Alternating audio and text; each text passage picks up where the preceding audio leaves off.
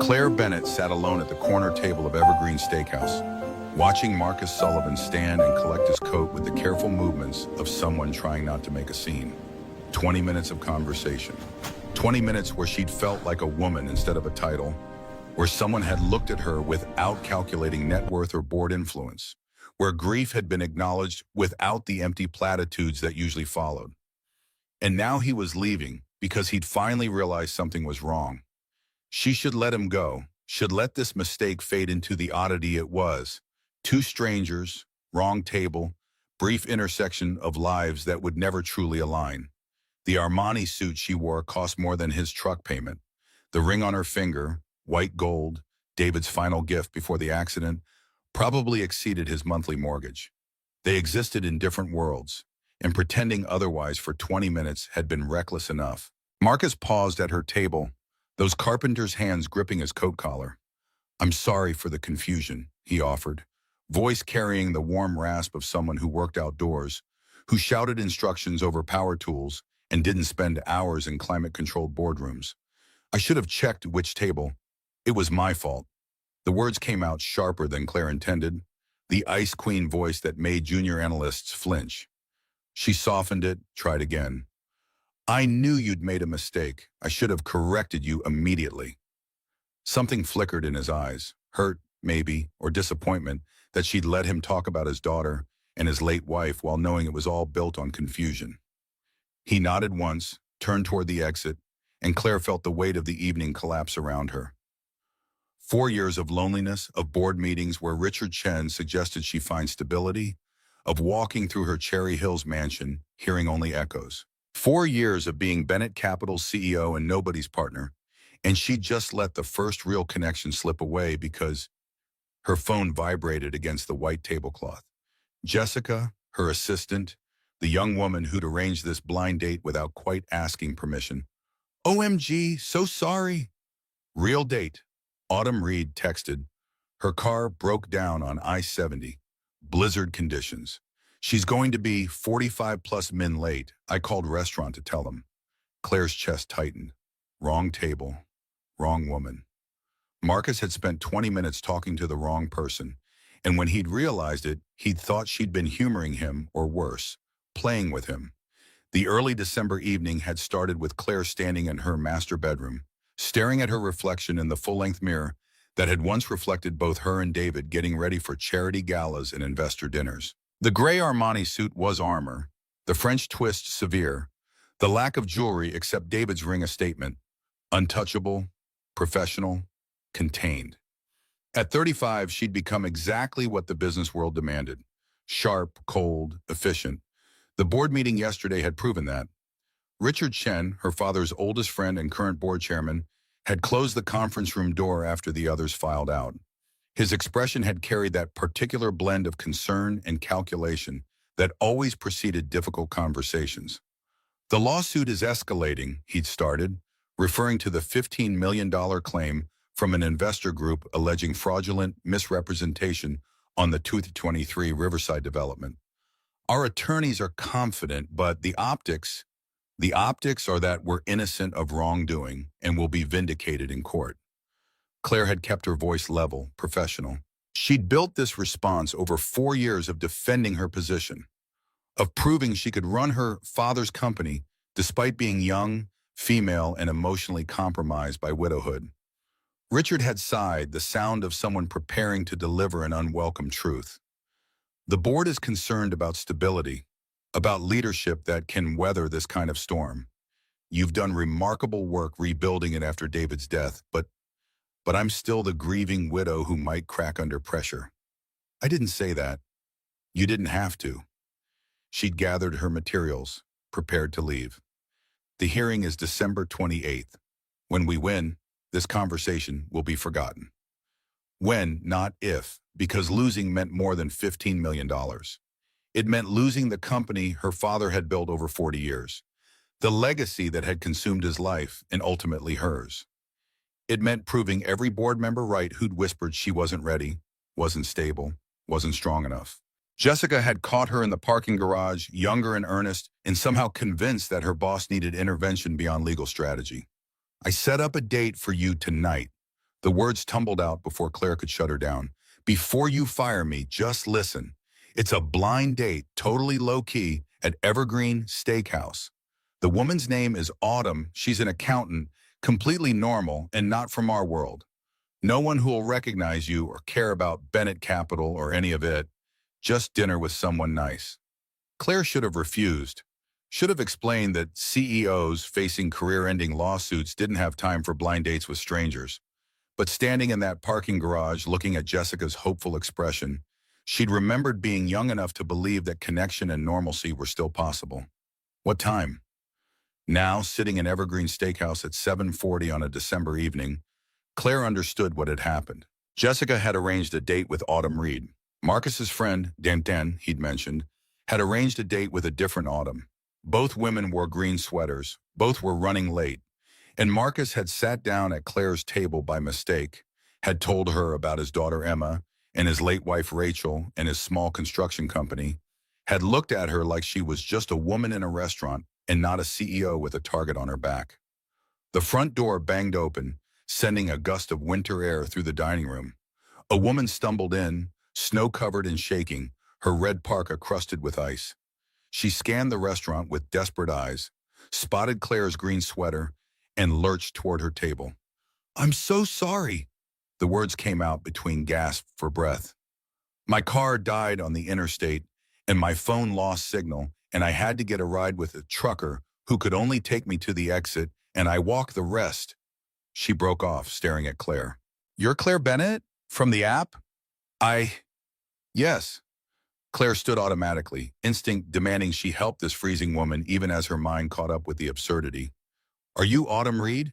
"Yes. God, I thought I was going to have to cancel, and I felt terrible because Jessica said you never do this sort of thing, and—" Autumn's teeth were chattering, her whole body trembling from cold or exhaustion or both. Marcus appeared at Claire's shoulder, his presence solid and warm. He looked at Autumn, then at Claire, understanding dawning in stages across his face. "You're Autumn Reed?" His voice carried a note of confusion, possibly hope. Autumn turned, noticed him for the first time. Yes? "I'm Marcus Sullivan, Dan's friend. We were supposed to meet tonight." The silence that followed held all three of them suspended in the bizarre geometry of coincidence. Two blind dates, two people named Autumn, one wrong table that had led to 20 minutes of connection that Claire couldn't quite let go. Maya Torres, the restaurant manager who'd been watching the evening unfold from behind the bar, materialized with a thick blanket and a mug of something steaming. She draped the blanket around Autumn's shoulders with the practiced ease of someone who'd seen plenty of Colorado blizzard refugees. "There appear to be two reservations tonight under the name Autumn," Maya explained, her tone suggesting she found the situation more entertaining than problematic. "Miss Reed here was supposed to meet Miss Bennett." She gestured at Claire. "And there's another Autumn who was scheduled to meet—" She paused, checking her reservation book. "A Marcus Sullivan." "That Autumn called," Marcus said quietly, pulling out his phone to check messages. "She's still stuck in traffic. Says it might be another hour." Autumn wrapped the blanket tighter, looking between them. "So you two just sat together by accident?" "I sat at the wrong table," Marcus clarified, and something in his voice suggested he was still processing the implications. "Thought Claire was my date, and I didn't correct him." Claire met his eyes, watched recognition shift to something else. Not quite hurt, but close. "I should have said something immediately. I apologize." Autumn laughed, the sound slightly hysterical but genuine. "This is the strangest night I've ever had, and I just walked 2 miles through a blizzard." She looked at Claire, then at Marcus.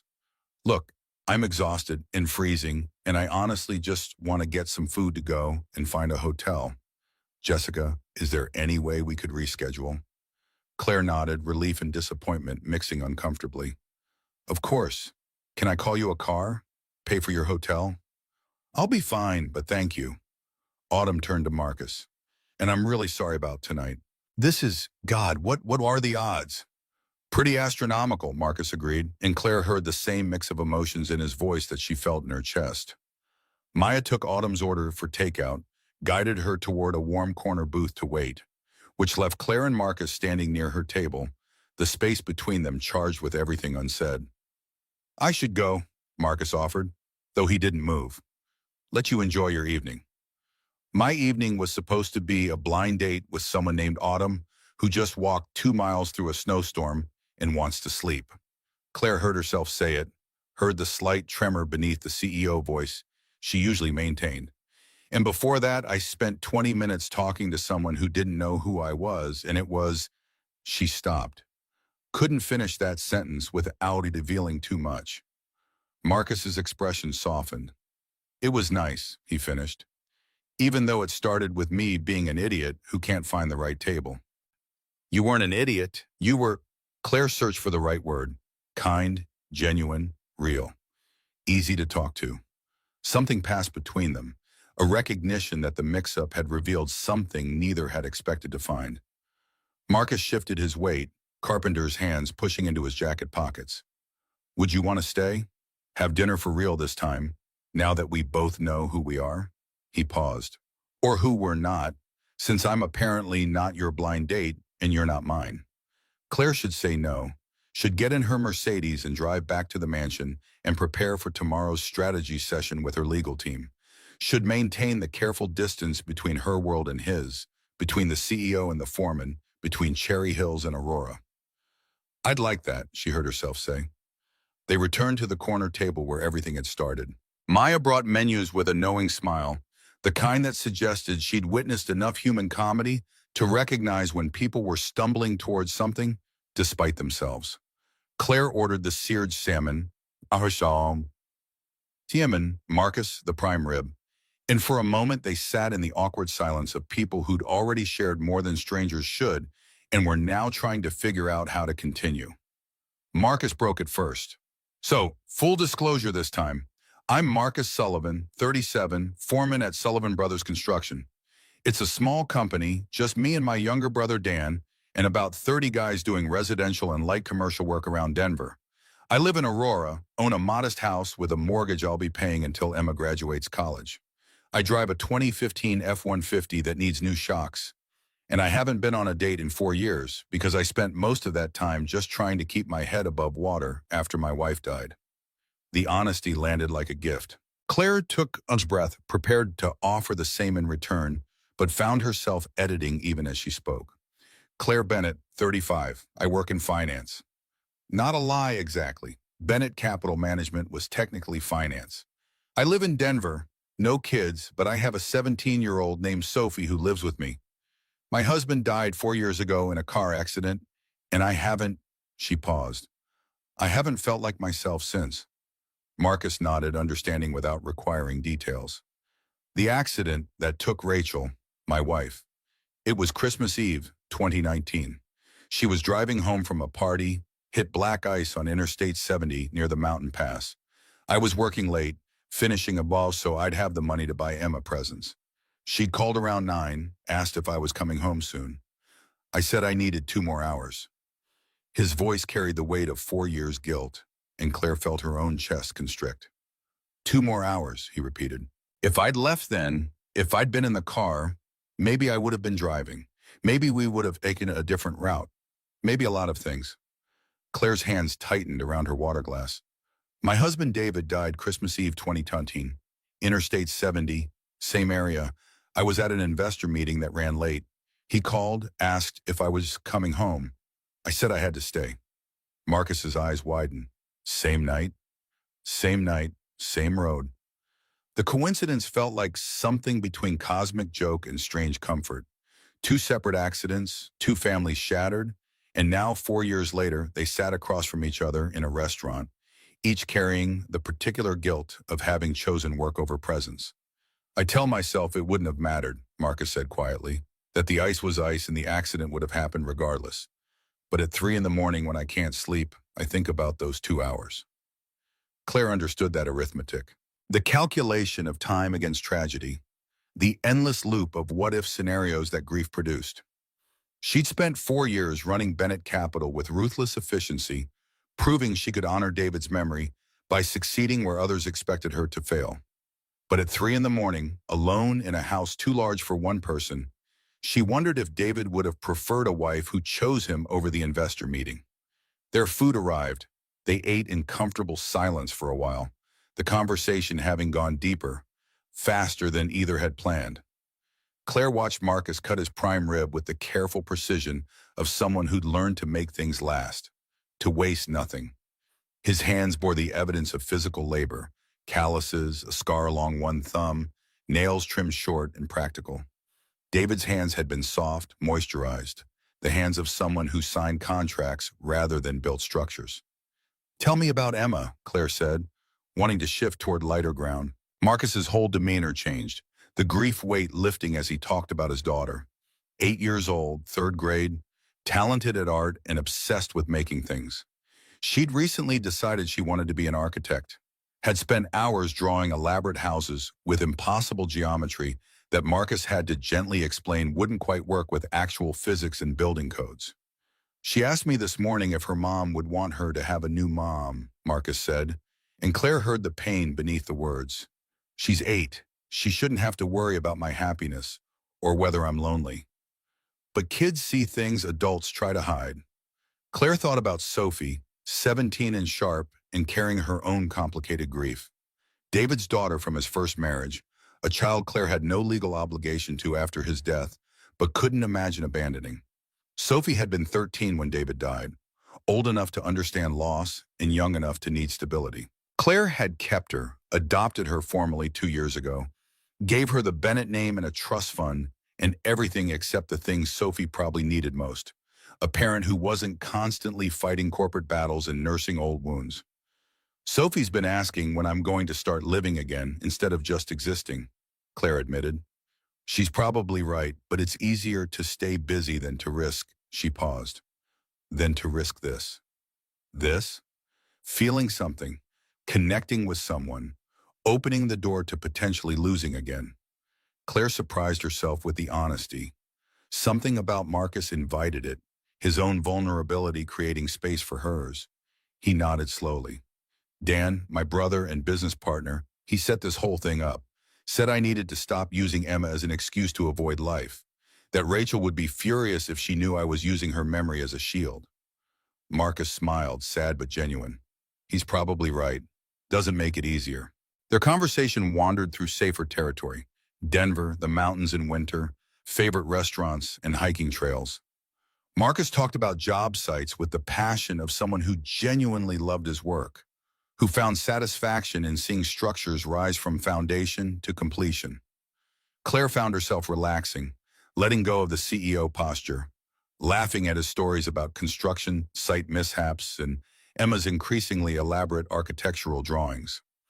At 10:15, Maya approached their table with apologetic smile. "I hate to interrupt, but we're closing soon.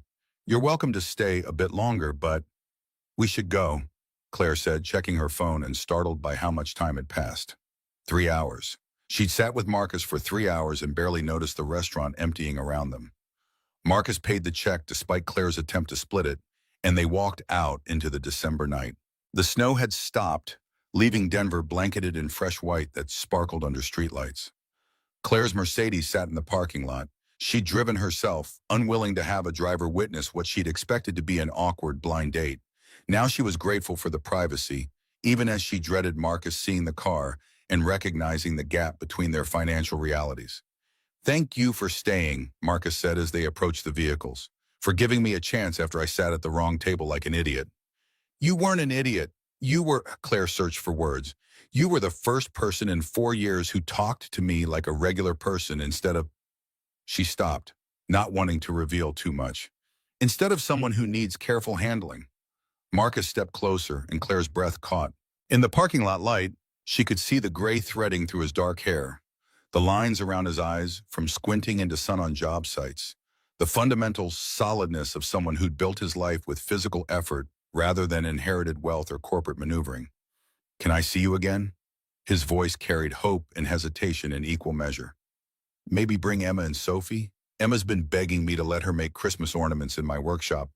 And I thought, if you're not busy tomorrow..." Tomorrow was Saturday. Claire had planned to spend it preparing for Monday's legal strategy session, reviewing depositions and financial records until her eyes burned. But standing in the parking lot with Marcus, watching his careful hopefulness, she felt something shift in her chest. "We'd like that," she said. "What time?" They exchanged numbers, made plans for 2 o'clock the next afternoon. Marcus offered to pick them up, but Claire deflected, said she'd drive, gave him an address for an apartment building downtown rather than her Cherry Hills mansion. The lie tasted bitter, but telling the truth felt impossible. He didn't know she was CEO of Bennett Capital Management, didn't know about the lawsuit or the board pressure, or the fact that her net worth exceeded his annual revenue by factors he probably couldn't imagine. And for one more day, she wanted to keep it that way. Marcus walked her to the Mercedes, there was no avoiding it, and she watched his expression shift slightly as he registered the S-Class designation, the pristine condition that suggested regular professional detailing. But he didn't comment, just opened the driver's door for her with old-fashioned courtesy. "Drive safe," he said. "Text me when you get home." "I will." For a moment, they stood close enough that Claire could feel his warmth against the December cold, could smell sawdust and some subtle cologne. He leaned down slowly, giving her time to pull back, and pressed a kiss to her cheek. Brief, gentle, appropriate, but it sent electricity through her nervous system in a way that hadn't happened since David. Marcus stepped back. "Good night, Claire." "Good night." She drove back to Cherry Hills in a haze, mind replaying the evening's strange geometry. Wrong table, right connection. A widower and a widow who'd lost their partners on the same night, same road, now finding each other 4 years later, through coincidence that felt almost scripted. The universe's sense of humor or its mercy, she couldn't decide. The mansion rose from its manicured lawn like a monument to success that felt increasingly hollow. Claire let herself in through the 3-car garage, kicked off her heels in the mudroom, and found Sophie in the media room watching something on the large screen. "How was the date?" Sophie didn't look away from the television, but her tone carried more interest than her posture suggested. "Complicated." Claire sank onto the leather sectional. "I sat at the wrong table and spent 20 minutes talking to someone else's date. Then my actual date showed up, exhausted and freezing, and just wanted to go to a hotel. So I ended up having dinner with the wrong table guy." Sophie finally turned, eyebrow raised. "That's the most interesting thing you've said in 6 months. What's wrong table guy like?" Claire hesitated, not sure how to compress Marcus into a description. "He's a construction foreman, single dad with an 8-year-old daughter. Lost his wife the same night David died. He's," she paused, "he's kind and genuine, and he doesn't know you're you." Sophie finished the sentence with the perception that had always made her seem older than 17. "Doesn't know about Bennett Capital or the lawsuit or any of it." "Not yet." "Are you going to tell him?" "I have to, just not—" Claire struggled with the timing. "Not tomorrow. He invited us to his house for Emma to make Christmas ornaments in his workshop. I want Sophie to meet them first." Sophie studied her for a long moment, something shifting in her expression. Since David's death, she'd been protective but distant, allowing Claire to parent from a professional distance that kept emotional exposure minimal for both of them. Now she looked almost hopeful. "So I'm meeting the 8-year-old daughter of a guy you've known for 3 hours? If you want to, you can say no." Sophie turned back to the television, but Claire caught the small smile. "What time tomorrow?" Marcus's house in Aurora was everything Claire's mansion wasn't. Small, lived in, filled with evidence of actual life being lived. They arrived at 2 o'clock on Saturday afternoon, Claire having driven her Mercedes to a parking garage downtown and taken an Uber from there to avoid the visual disconnect of pulling up in a $100,000 vehicle. Sophie had rolled her eyes at the subterfuge but hadn't argued.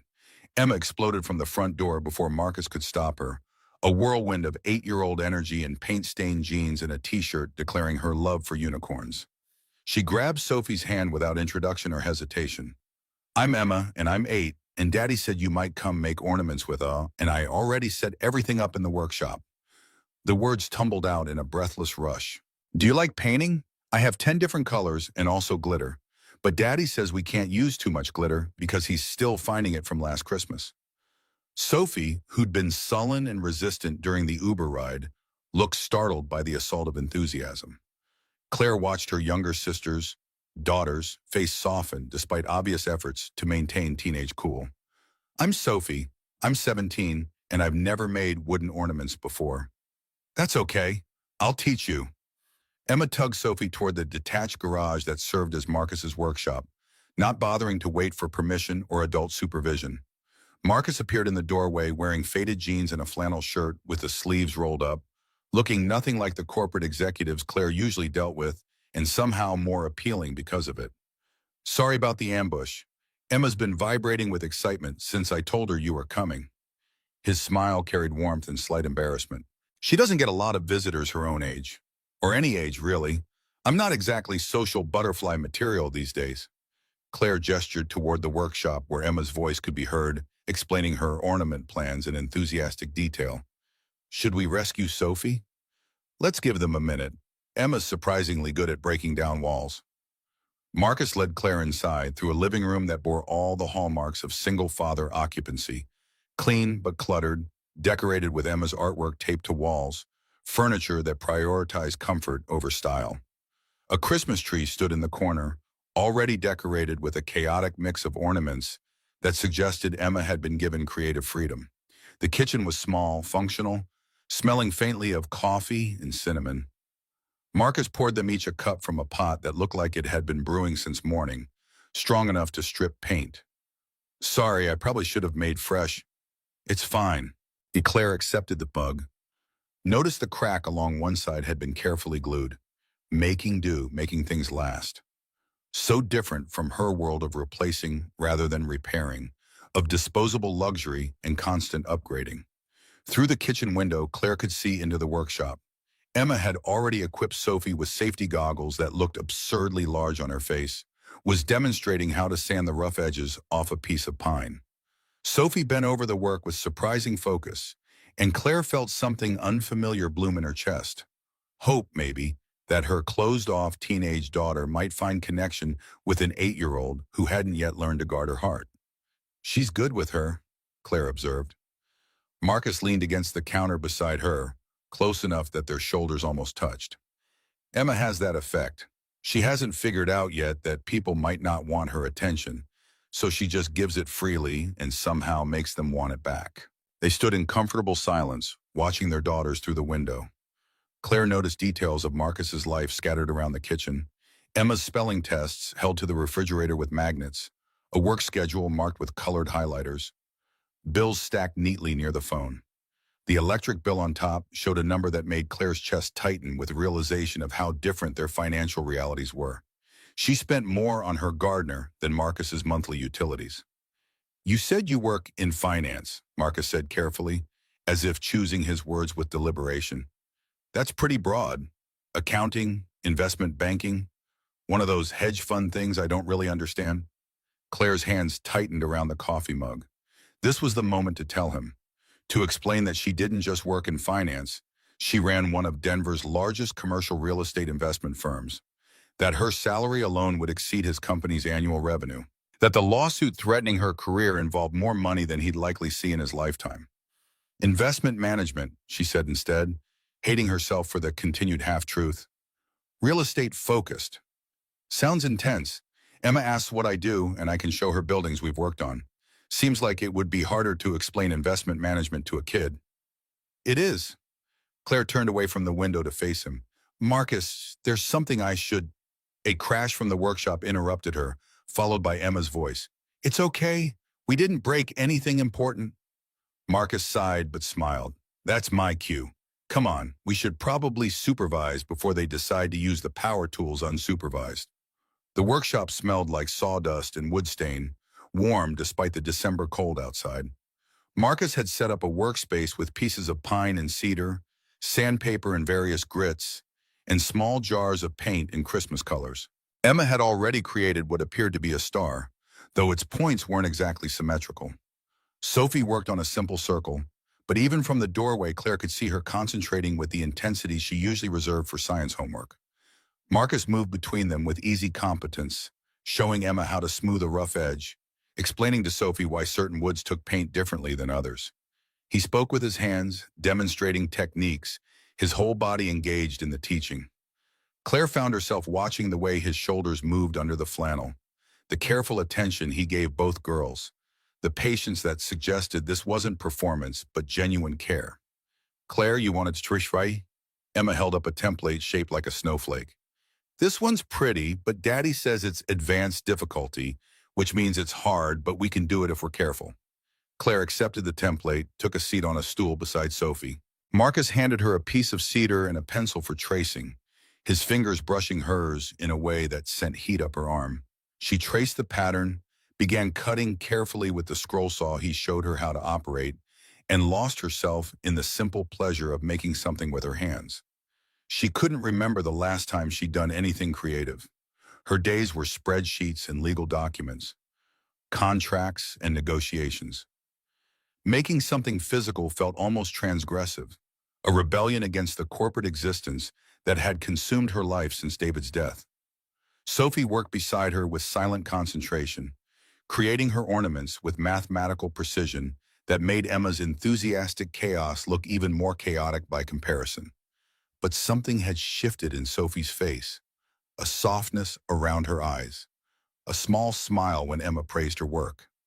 Claire realized with a pang that this was the first time in months she'd seen her daughter look genuinely relaxed. Time disappeared into sawdust and paint. Emma maintained a running commentary on everything from school drama to her opinions on various cartoon characters to questions about whether Sophie liked pickles, because Emma thought pickles were disgusting, but her friend Madison loved them. Sophie answered with increasing engagement, dropping the teenage guardedness degree by degree. Marcus worked near Claire, ostensibly on his own ornament, but mostly supervising and offering guidance. They fell into an easy rhythm, passing tools back and forth, occasionally bumping shoulders in the small space. The physical proximity felt both dangerous and necessary, like testing a frozen lake to see if it would hold weight. "So in your real estate investment work, do you ever deal with construction?" Marcus asked as he helped Claire sand the edges of her snowflake. "Or is it all high-level financial stuff?" Claire chose her words carefully. "I deal with development projects, so construction is part of it. But I'm usually looking at spreadsheets about construction rather than being on job sites." "That's too bad. There's something satisfying about being on site, seeing the work happen in real time. The smell of fresh lumber, the sound of hammers and saws. I couldn't do your job. Staring at screens all day would make me crazy." "It does sometimes," Claire admitted. "Make me crazy, I mean. I spend most of my time in meetings or reviewing documents. Days can pass where I don't see sunlight. She gestured at the workshop, the simple act of creation. "This is the first time in months I've made something with my hands." Marcus studied her, something shifting in his expression. "You should do it more often. You're good at it." Emma interrupted with demands that everyone see her latest creation, a tree that leaned dramatically to one side, but which she insisted was artistic interpretation of how trees looked when wind was blowing. Sophie praised it with unexpected sincerity, and Emma beamed before launching into plans for her next 5 ornaments. They worked until almost 6 o'clock, the workshop growing dark until Marcus turned on overhead lights that cast everything in warm yellow glow. Emma showed Sophie her collection of finished ornaments, explaining the story behind each one with the detailed enthusiasm of someone who'd created entire mythologies around painted wooden shapes. When it was finally time to leave, Emma hugged Claire without asking permission first, arms tight around her waist. "You smell like cinnamon," Emma declared. "Can you come back again? Please, we still have so many more ornaments to make." And Sophie said she wanted to help me with the really hard ones, and "Emma, breathe," Marcus interrupted gently. "Let them decide if they want to come back without you guilt-tripping them." Sophie looked at Claire, something uncertain in her expression. Claire recognized that look. Sophie asking permission to want something, to hope for connection. It had been so long since she'd seen it. "We'd love to come back," Claire said, and watched Sophie's face light up in a way that made her chest ache. Marcus offered to drive them home, and this time Claire couldn't deflect without it seeming strange. She gave the address for the downtown apartment building she'd used as cover, hoping he wouldn't question why someone who worked in high-level finance lived in a modest rental. The lie was growing, expanding, taking on weight that would eventually become unsupportable. But sitting in Marcus's truck with Sophie in the back seat and Emma's endless chatter filling the space, Claire couldn't bring herself to burst the bubble yet. At the apartment building, Marcus walked them to the door despite the cold. Tomorrow, he said, if you're free, Emma wants to bake cookies, and I'm terrible at baking. Would you and Sophie want to come over? Make it an actual Christmas activity instead of me burning pre-made dough from a tube? Claire should say no, should create distance before the lie became too large to unwind. But Sophie was looking at her with something like hope, and Marcus's expression held the same carefully guarded optimism, and she was so tired of saying no to everything except work. What time? Sunday morning arrived with Emma's voice echoing through Marcus's house before Claire and Sophie had even reached the front door. The 8-year-old had apparently been watching from the window because she flung it open mid-knock and launched into an explanation of her cookie-making plans that involved no fewer than 6 different types of decorations and something called architectural frosting that she'd seen on a baking show. Marcus appeared behind his daughter, hair still damp from a shower, wearing jeans and a Henley that made Claire's mouth go dry in ways she'd forgotten were possible. 4 years of careful emotional containment and a construction foreman in casual weekend clothes was dismantling her defenses with nothing more than an apologetic smile. She's been up since 6 planning this, he offered by way of explanation or apology. Claire couldn't tell which. I tried to explain that people might not share her enthusiasm for gingerbread structural engineering, but apparently I don't understand the importance of edible architecture. Emma had already grabbed Sophie's hand and was pulling her toward the kitchen, chattering about cookie cutters and whether snowflakes needed to be symmetrical or if asymmetry was more realistic. Sophie shot Claire a look that might have been pleading for rescue or might have been cautious excitement. Hard to tell with Sophie, who'd spent the past 4 years perfecting emotional ambiguity as a defense mechanism. Claire followed Marcus into the kitchen, smaller and warmer than her restaurant-sized setup at the Cherry Hills house. Flour already dusted the counters, mixing bowls waited in a neat row, and the oven was preheating with the kind of domestic preparation that suggested Marcus had put actual thought into this despite claiming incompetence at baking. Coffee? He was already pouring before she answered, the same cracked mug from yesterday. Claire accepted it, noting the way his hand lingered near hers, not quite touching, but close enough to send electricity up her arm. Emma had commandeered Sophie into measuring flour, providing detailed instructions with the confidence of someone who'd clearly done this before, despite being 8. Sophie listened with the kind of focused attention she usually reserved for AP chemistry, and Claire realized with a strange pang that her daughter, not daughter Ward, adopted sister, the definition still tangled 4 years later, hadn't had much opportunity for simple joy since David died. The guilt of that realization mixed with the larger guilt Claire carried about the lies she was actively maintaining. Marcus thought she was Claire Bennett, who worked in finance. Not Claire Bennett, whose face appeared in Denver Business Journal articles about female CEOs and whose company was currently fighting for survival against a $15 million lawsuit. He thought she lived in a modest downtown apartment, not a Cherry Hills mansion that could fit his entire house in the foyer. Marcus moved around the kitchen with the same competent ease he'd shown in the workshop, pulling ingredients from cabinets, setting up workstations for the girls. His hands moved with purpose and precision, carpenter's hands that knew how to create and shape and build. Claire found herself watching those hands more than was probably appropriate, imagining them. You're staring. Marcus's voice held amusement rather than accusation. Claire felt heat climb her neck. Just impressed by your organizational skills. You said you were bad at baking. I'm bad at the actual baking part. The preparation I can handle. It's basically just carpentry with ingredients instead of lumber. But the chemistry of it, the timing and temperatures, that's where I fall apart. He handed her a wooden spoon and a bowl, which is where you come in. They fell into a rhythm, mixing dough while Emma supervised with the authority of a pint-sized Gordon Ramsay. Sophie cracked eggs with surprising care, and when Emma declared her technique almost perfect, but you need to do it faster next time, Sophie actually laughed instead of retreating into sullen silence. The dough came together under their hands, sticky and sweet-smelling. Emma insisted they needed to make at least 40 cookies to ensure proper decoration variety, which led to Marcus explaining basic math about oven capacity and baking time. Emma countered with her own math about efficiency and parallel baking processes, and Claire watched Marcus navigate his daughter's stubborn brilliance with patient good humor. She gets this from Rachel, he murmured, while Emma detailed her baking timeline to Sophie. The stubborn certainty that her way is the right way and everyone else just needs better explanations. Rachel was a second-grade teacher. She had this gift for making complicated things simple without being condescending.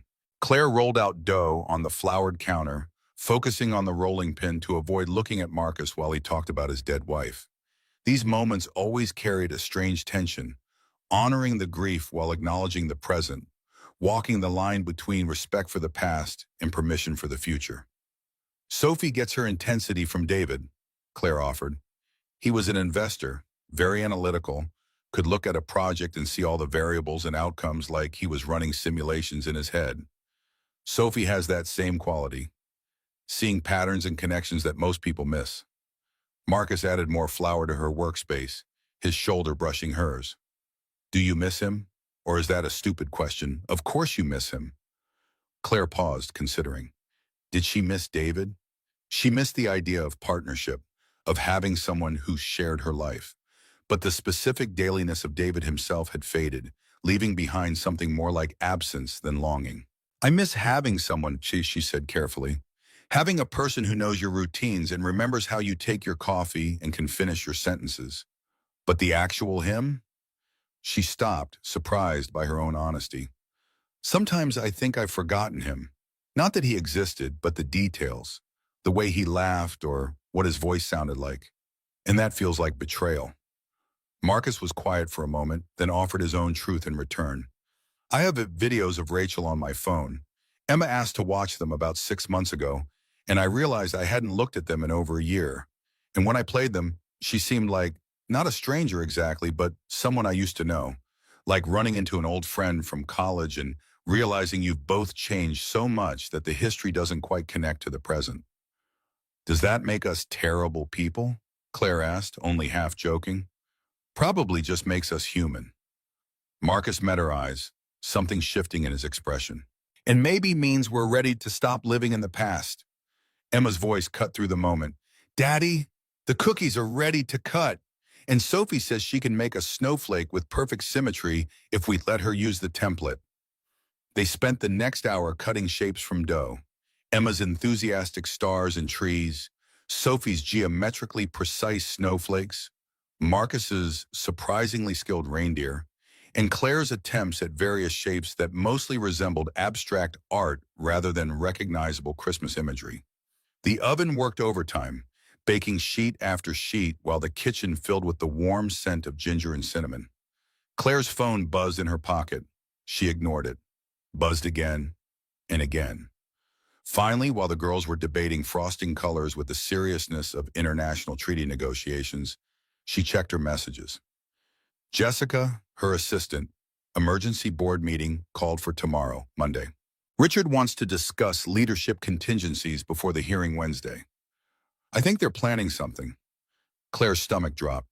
Leadership contingencies meant they were preparing to remove her. The hearing was December 28th, 3 days away. If Richard and the board were moving now, before the verdict, it meant they'd lost confidence in her ability to win. Everything okay? Marcus had moved beside her, concern evident in his voice. Claire forced her expression neutral, slipped the phone back into her pocket. Just work stuff. Someone wants a meeting tomorrow that I'll need to prepare for. On Sunday night? Marcus frowned. That seems excessive. Finance doesn't really observe weekends when deadlines approach. Not a lie, exactly. Just not the complete truth about which deadline she meant and what the stakes actually were. Emma declared the first batch of cookies cool enough to decorate, which launched a new phase of activity involving frosting bags and enough sprinkles to coat the floor in a thin layer of sugar. Sophie and Emma worked side by side, Sophie's careful precision creating cookies that looked professional, while Emma's enthusiastic application of frosting resulted in cookies that were more icing than gingerbread. Marcus loaded a frosting bag with green icing and handed it to Claire. Try that reindeer you made, the lopsided one with 3 legs. It has 4 legs. They're just not all visible from this angle. That's generous. But he was smiling, standing close enough that Claire could feel his warmth against her side. She focused on the cookie, piping green frosting around what might have been antlers, or might have been abstract expressionism. Marcus worked beside her on his own cookies, and their hands kept brushing in the small space, each contact sending sparks up her arm. Claire. His voice had dropped lower, private, despite the girl's chatter filling the kitchen. I know we've only known each other a few days, and I know this is probably too fast and definitely too complicated, but I need to tell you something. Claire's heart hammered against her ribs. She should stop him, should tell him the truth before he said whatever he was about to say, but she couldn't make the words come. I haven't felt like this since Rachel. Marcus set down his frosting bag, turned to face her fully. Haven't felt like I could breathe properly around someone, or like my day gets better just because I might see them. And maybe it's too soon, or maybe I'm reading this completely wrong, but I think you feel it too. She did. God help her, she absolutely did. Standing in his small kitchen, decorating misshapen cookies, while flour coated her designer jeans and her carefully maintained CEO composure crumbled, Claire felt more alive than she had in 4 years. I feel it, she whispered. But Marcus, there are things you don't know about me.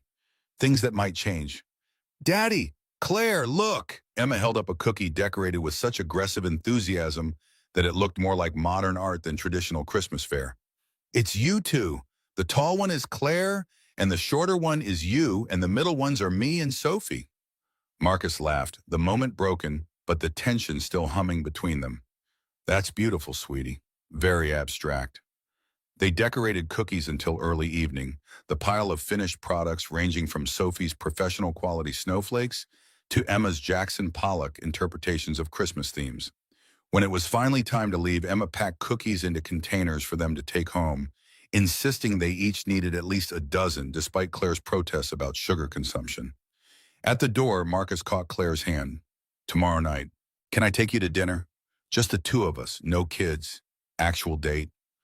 Claire thought about the emergency board meeting, about the preparation she needed to do, about the lawsuit hearing looming Wednesday like an executioner's blade.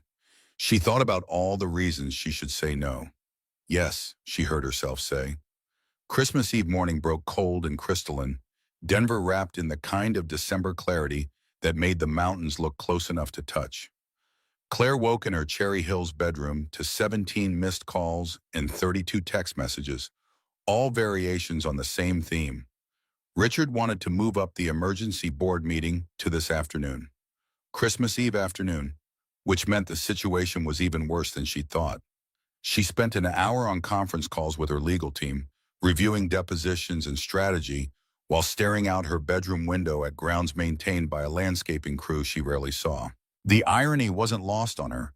She lived in a house large enough to get lost in, surrounded by evidence of wealth and success, and she'd spent the past week pretending to be someone who rented a modest apartment and worked a normal finance job. The lies were becoming unbearable. Tonight she'd tell Marcus everything. After the board meeting, after she'd salvaged what she could of her position, she'd sit him down and explain who she actually was and hope he'd understand why she'd hidden it. Her phone rang. Marcus, not a number, but the contact she'd saved yesterday with more hope than wisdom. I know this is terrible timing, he started, but Emma woke up with this idea about making cinnamon rolls for Christmas morning, and she remembered you mentioning your mom used to make them, and now she's convinced we need to learn the recipe today so we can make them tomorrow. Any chance you and Sophie could come over this morning? I promise it's the last baking emergency I'll subject you to. Claire checked the time, 9:30. The board meeting was at 4. She had hours to prepare, hours to review documents she'd already memorized. Or she could spend a few hours in Marcus's kitchen learning to make cinnamon rolls and pretending her world wasn't potentially imploding this afternoon. We'll be there in an hour, she said. Sophie was already awake, reading in her room, still wearing the University of Colorado Boulder sweatshirt she'd received in yesterday's mail, along with her early admission acceptance letter. The scholarship had come through, full academic and athletic for track, which meant Sophie's college was secured regardless of what happened to Bennett Capital. Small mercy in the middle of crisis. We're going to Marcus's? Sophie looked up from her book, something uncertain in her expression. Emma wants to learn to make cinnamon rolls. You can stay here if you want. Sophie set down her book. No, I'll come. She's actually kind of cool. for an 8-year-old. They drove to Aurora in Claire's Mercedes, no longer bothering with the Uber subterfuge around Sophie. Her daughter wore sister, the label still tangled, knew about the lies even if she didn't approve of them. "You're going to tell him today, right?" Sophie asked as they pulled onto Marcus's street. "Because this is getting weird. He thinks you're a regular finance person, Claire, and you're actually runs a $200 million company, Claire." "Tonight," Claire promised, "after my board meeting." "The one where they try to fire you?" "They can't fire me. I own 40% of the company." But even as she said it, Claire knew board mechanics could be complicated.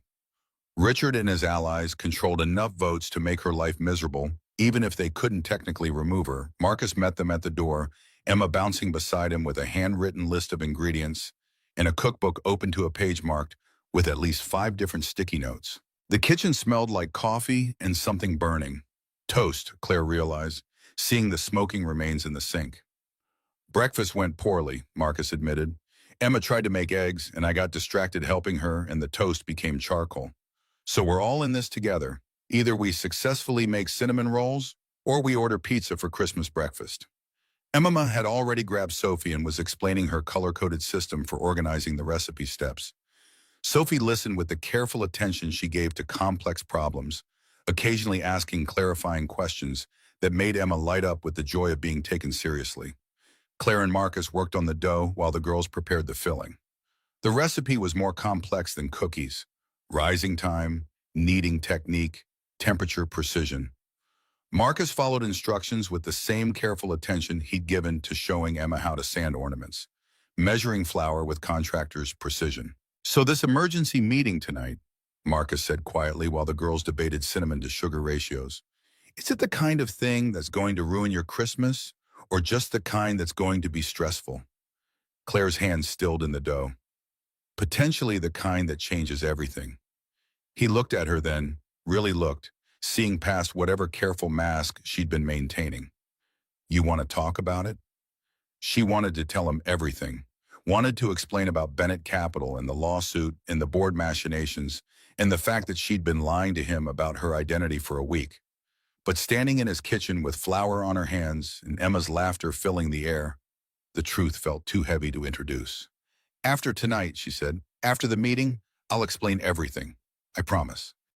The dough rose while they drank coffee and watched the girls create what Emma called a filling prototype system that involved at least 7 different test batches of cinnamon sugar. Marcus stood close enough that their shoulders touched, and Claire let herself lean into him, stealing this moment of peace before the afternoon's confrontation. When the dough had risen, Emma supervised the rolling process with the intensity of a drill sergeant, insisting on specific measurements and even distribution.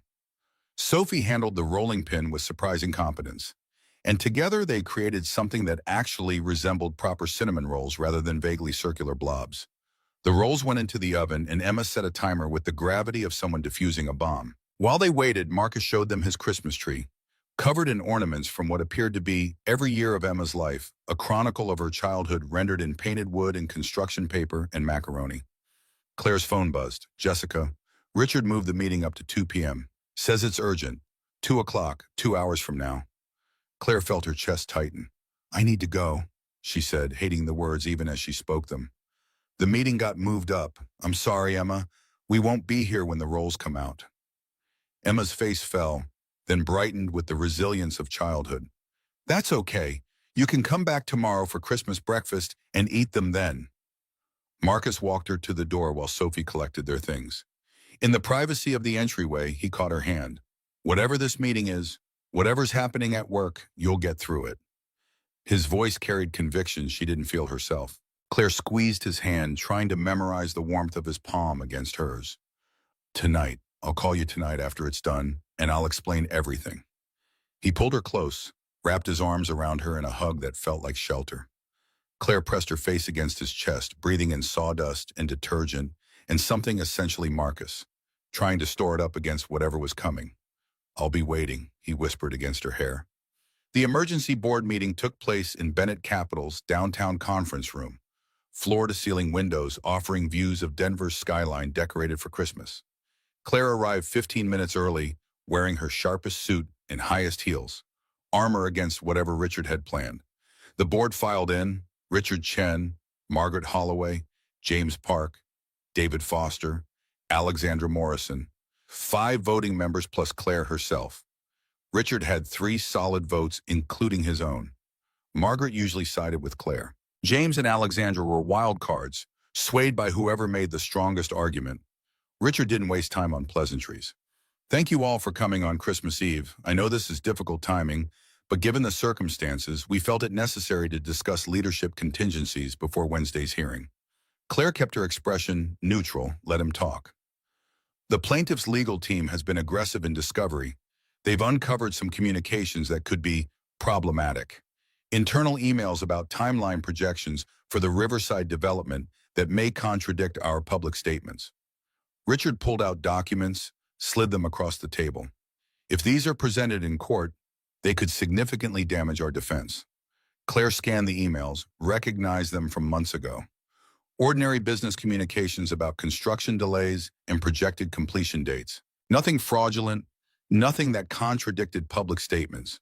Just normal course of business documentation that could be twisted by a skilled attorney into looking suspicious. These don't show fraud, Claire said evenly. They show good faith estimates that evolved as the project progressed. That's standard practice. Perhaps, Richard leaned back in his chair, but perception matters, especially in a jury trial. And the board needs to consider what happens if we lose. $15 million would be survivable, but the reputational damage, he paused. The board has discussed whether it might be prudent to have interim leadership in place. Someone who could step in if the verdict goes against us and you need to step back temporarily to deal with the fallout. There it was, the knife politely sheathed but unmistakably present. Richard wanted her removed now, before the hearing, so he could position the company as having taken corrective action regardless of the verdict. Interim leadership, Claire kept her voice level. You mean removing me as CEO before we've even lost the case we're not going to lose? Margaret spoke up, tone conciliatory. No one's talking about removing you, Claire, just having a contingency plan. A contingency that involves me stepping down. Claire looked at each board member in turn. Let me be clear. I built this company alongside my father for 15 years before his death. I've run it successfully for 4 years since David died. The Riverside development was my project, and the plaintiff's claims are baseless. We will win Wednesday's hearing, and this conversation will be moot. James Park shuffled papers, uncomfortable.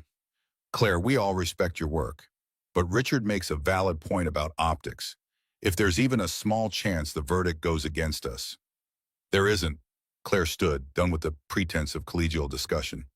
I appreciate the board's concern, but I won't be stepping down. Not before the hearing, not after if we lose, which we won't. If anyone wants to challenge my leadership, feel free to call for a vote. Otherwise, I'll see you all after Christmas when we're celebrating our legal victory. She walked out before anyone could respond, heels clicking against marble floors, rage and fear warring in her chest. In her office, she slammed the door and leaned against it, breathing hard. Her phone buzzed. Marcus. Emma's cinnamon rolls are perfect. She's very proud. How did your meeting go? Claire stared at the message, at the simple question from someone who thought she was regular finance job Claire dealing with a stressful meeting. Someone who had no idea she'd just walked out of a room where her own board had tried to preemptively remove her from the company her father built. She should call him. Should explain everything right now, get it over with. But her hands were shaking, and her voice wouldn't be steady, and she couldn't bear to hear whatever would happen when he learned the truth. Meeting was rough. Can I call you later? She typed back. His response came immediately.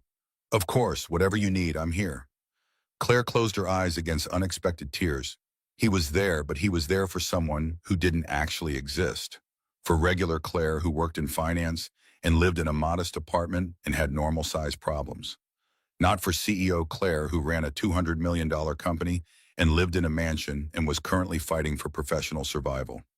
She drove home through Christmas Eve traffic, Denver decorated and festive while her world crumbled. The mansion felt even larger and emptier than usual. Sophie was in her room, door closed, music playing loud enough to signal she didn't want to be disturbed. Claire changed out of her suit, put on jeans and a sweater, poured herself a scotch she didn't drink. stood in her kitchen that could fit Marcus's entire house and felt the weight of her lies pressing down. She'd built this cage herself, the deception about who she was, the pretense of being someone simpler and easier, and now she was trapped in it. Her phone rang. Marcus again. She let it go to voicemail, couldn't trust her voice. He left a message. Hey, just checking on you. Emma wants to know if you're still coming for Christmas breakfast tomorrow. No pressure if you can't, she'll understand. But we'd love to see you, both of you. Call me when you can. The longing in his voice nearly broke her. Claire called him back before she could lose courage. I'm sorry about earlier, she started. The meeting it was bad, really bad. Do you want to talk about it? His voice carried concern and something else, something tender that made her chest ache. I want to tell you everything, but not over the phone. Can we? She paused. Can I come over? Now, I know it's late and it's Christmas Eve, but I need to see you. Silence on the other end. Then, Emma's already asleep, but yes, come over. I'll be waiting. Claire drove to Aurora at 9:30 on Christmas Eve, her Mercedes feeling like a confession on wheels as she pulled up to Marcus's modest house. He opened the door before she could knock, concern evident in his expression. Inside, the house was quiet, Christmas tree lights providing soft illumination. Marcus led her to the living room, sat beside her on the couch that had clearly seen better days, but was comfortable in the way that only well-used furniture achieved. What happened? He asked. Claire took a breath, prepared to tell him everything. My job isn't exactly what I said. I don't just work in finance. Her phone rang, cutting her off. Jessica, calling at 9:45 on Christmas Eve, which meant emergency. I'm sorry, I need to take this. Jessica's voice came through tight with stress. The plaintiff's attorneys just filed emergency motions.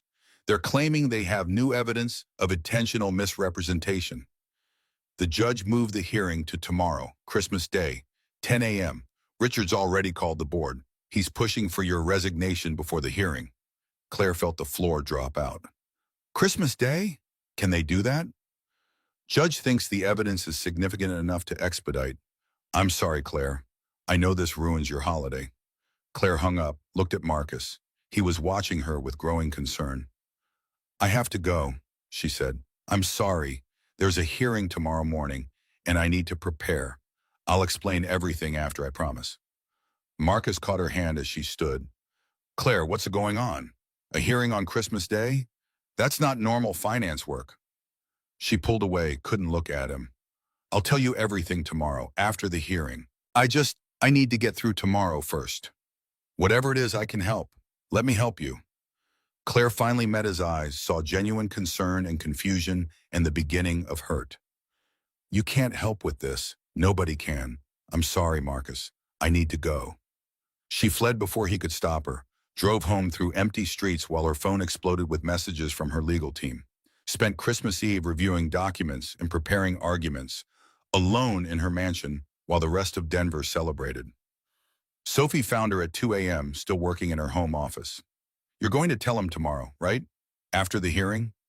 Sophie leaned against the doorframe, looking younger than 17 in oversized pajamas. Because running away on Christmas Eve without explanation is pretty shitty. Language, Claire said automatically. You're literally destroying something good because you're scared. That's worth a swear word. Sophie crossed her arms. He likes you. Like actually likes you. Not your money or your company. When does that ever happen? It won't matter if he likes me when he finds out I've been lying to him about who I am for a week. Sophie was quiet for a moment. You know what I think? I think you're using the lies as an excuse. If you tell him and he gets mad, that's easier than telling him and having it work out, because then you'd have to actually let yourself be happy, and you don't think you deserve that. Claire stared at her daughter Ward's sister, stunned by the accuracy. When did you get so perceptive? I've had 4 years to watch you punish yourself for David's death. Gets pretty obvious after a while. Sophie pushed off the doorframe. Emma really wanted us to come for breakfast tomorrow. I told her we would, so win your stupid hearing and then fix things with Marcus, okay? Christmas morning arrived gray and cold, clouds threatening snow. Claire dressed in her most severe suit, black Armani, sharp enough to cut, and drove downtown to the courthouse at 8:30. Her legal team met her in the lobby. everyone grimly professional despite the holiday. The hearing was brutal. 3 hours of testimony and argument, the plaintiff's attorneys presenting emails and internal communications that looked damning when stripped of context. Claire testified under oath about timeline projections and construction delays and good faith business decisions that could be twisted into looking like intentional fraud if you wanted to see it that way. Judge Morrison, no relation to board member Alexandra, listened with a neutral expression of someone who'd seen every variation of corporate malfeasance. At 1 p.m., she called a recess for lunch, said she'd deliver her verdict at 3. Claire sat in the courthouse cafeteria with her attorneys, too nervous to eat. Her phone showed 17 missed calls from Marcus and 3 text messages, increasingly concerned. Emma's waiting for you. Is everything okay? Then, Claire, please just tell me you're safe. Finally, I'm worried about you. Call me when you can. She couldn't call, couldn't explain that she was sitting in federal court on Christmas Day fighting for her company's survival. Couldn't tell him that after this hearing, everything would change. Either she'd be vindicated and would have to explain why she'd hidden her identity, or she'd lose everything and wouldn't deserve him anyway. At 3 p.m., they reconvened. Judge Morrison delivered her verdict with the efficiency of someone who wanted to go home to her own Christmas dinner. The evidence didn't support fraud. The communications showed normal business practices and good faith estimates. The plaintiff's claims were dismissed with prejudice. Bennett Capital had won. Claire sat in stunned relief as her attorneys congratulated each other, and the plaintiff's team packed up in defeat. She'd won. The company was safe. Richard's contingency plans were moot. She would remain CEO.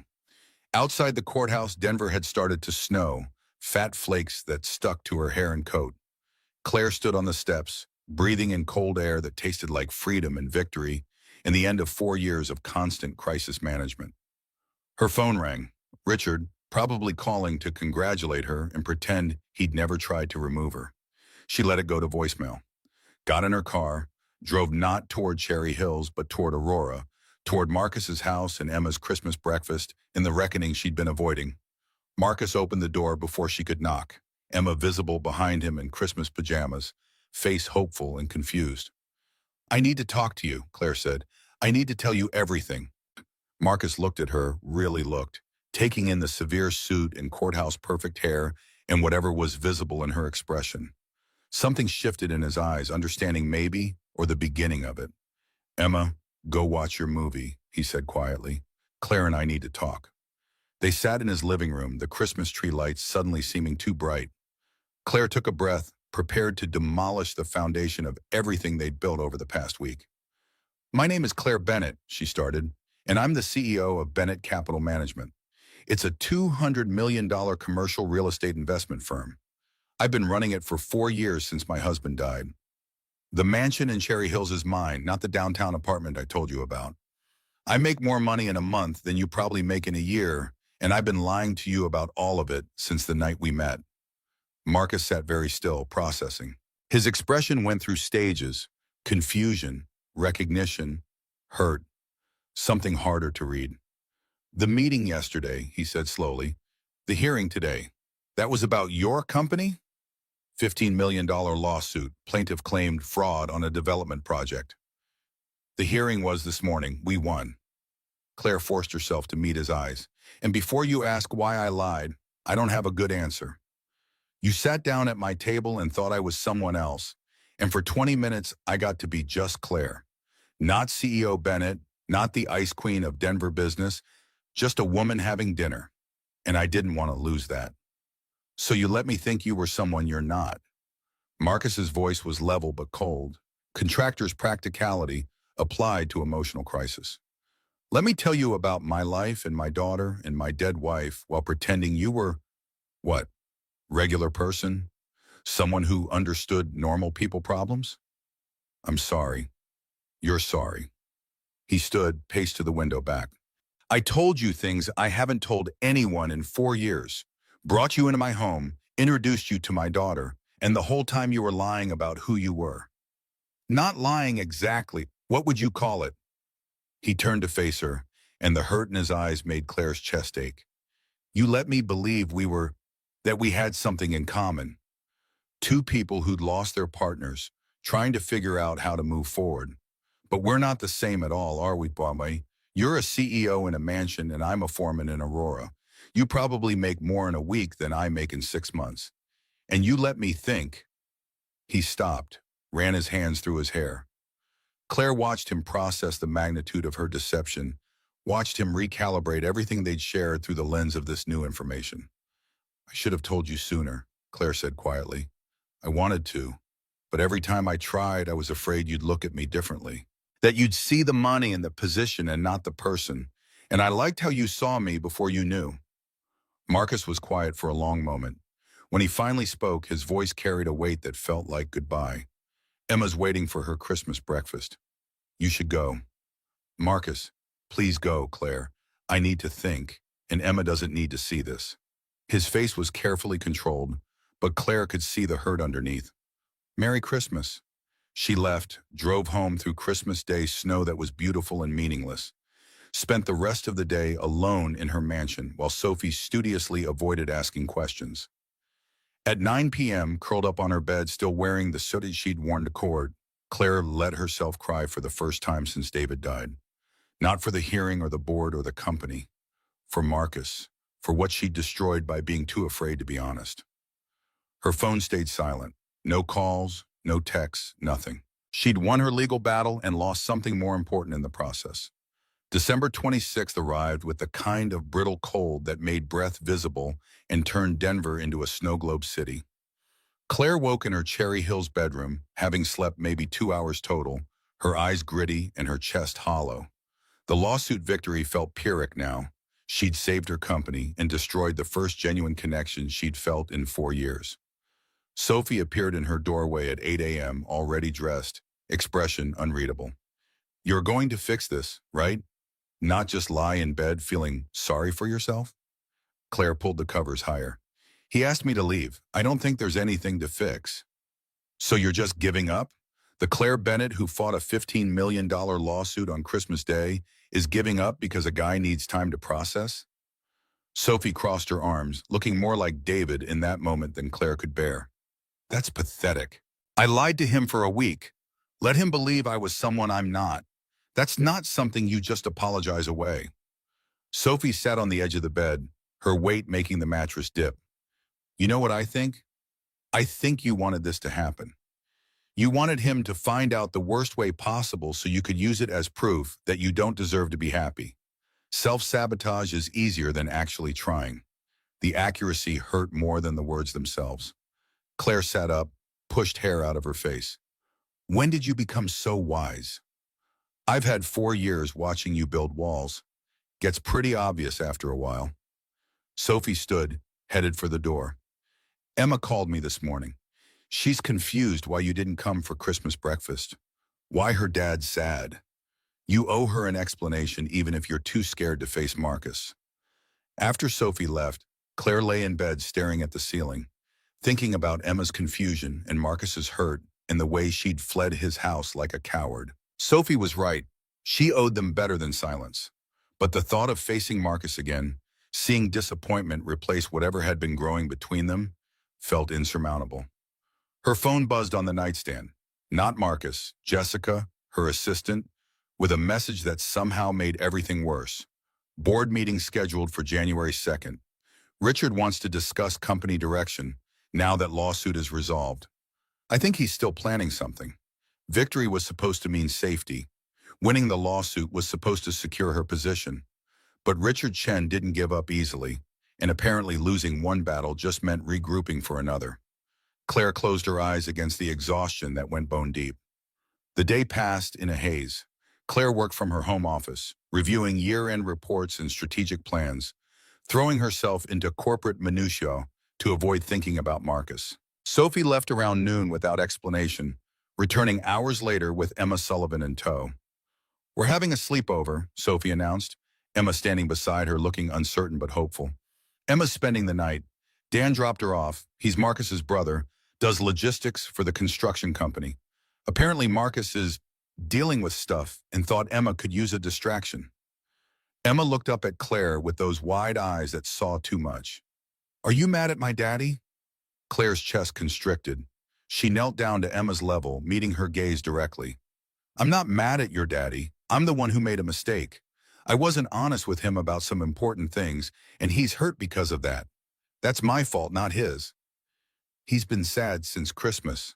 Emma's voice went small. He said you probably wouldn't come over anymore because grown-ups are complicated. But I liked having you and Sophie here. It felt like... She stopped, seeming to search for words. It felt less lonely. Claire pulled Emma into a hug, this child who'd already lost one mother and didn't deserve to lose another connection because Claire couldn't manage honesty. Over Emma's shoulder, she caught Sophie's eye. Her daughterward sister nodded slightly. Approval or encouragement, or both. Your daddy's not wrong that grown-ups are complicated, Claire managed, but that doesn't mean we can't figure things out. It just might take some time. Emma pulled back, studied Claire's face with the intensity of someone twice her age. My daddy really likes you. He was happier when you were around. I could tell because he smiled more and didn't look sad when he thought I wasn't watching. The simple observation landed like a blow. Claire thought about Marcus in his kitchen, teaching them to bake.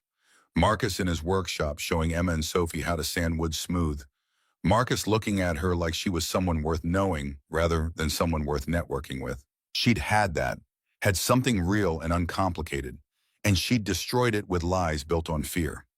Sophie rescued her from having to respond, pulling Emma toward the stairs. Come on, my room's up here.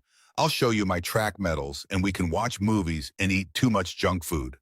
Claire won't stop us because she feels guilty. That's manipulation, Claire called after them. That's effective parenting, Sophie shot back.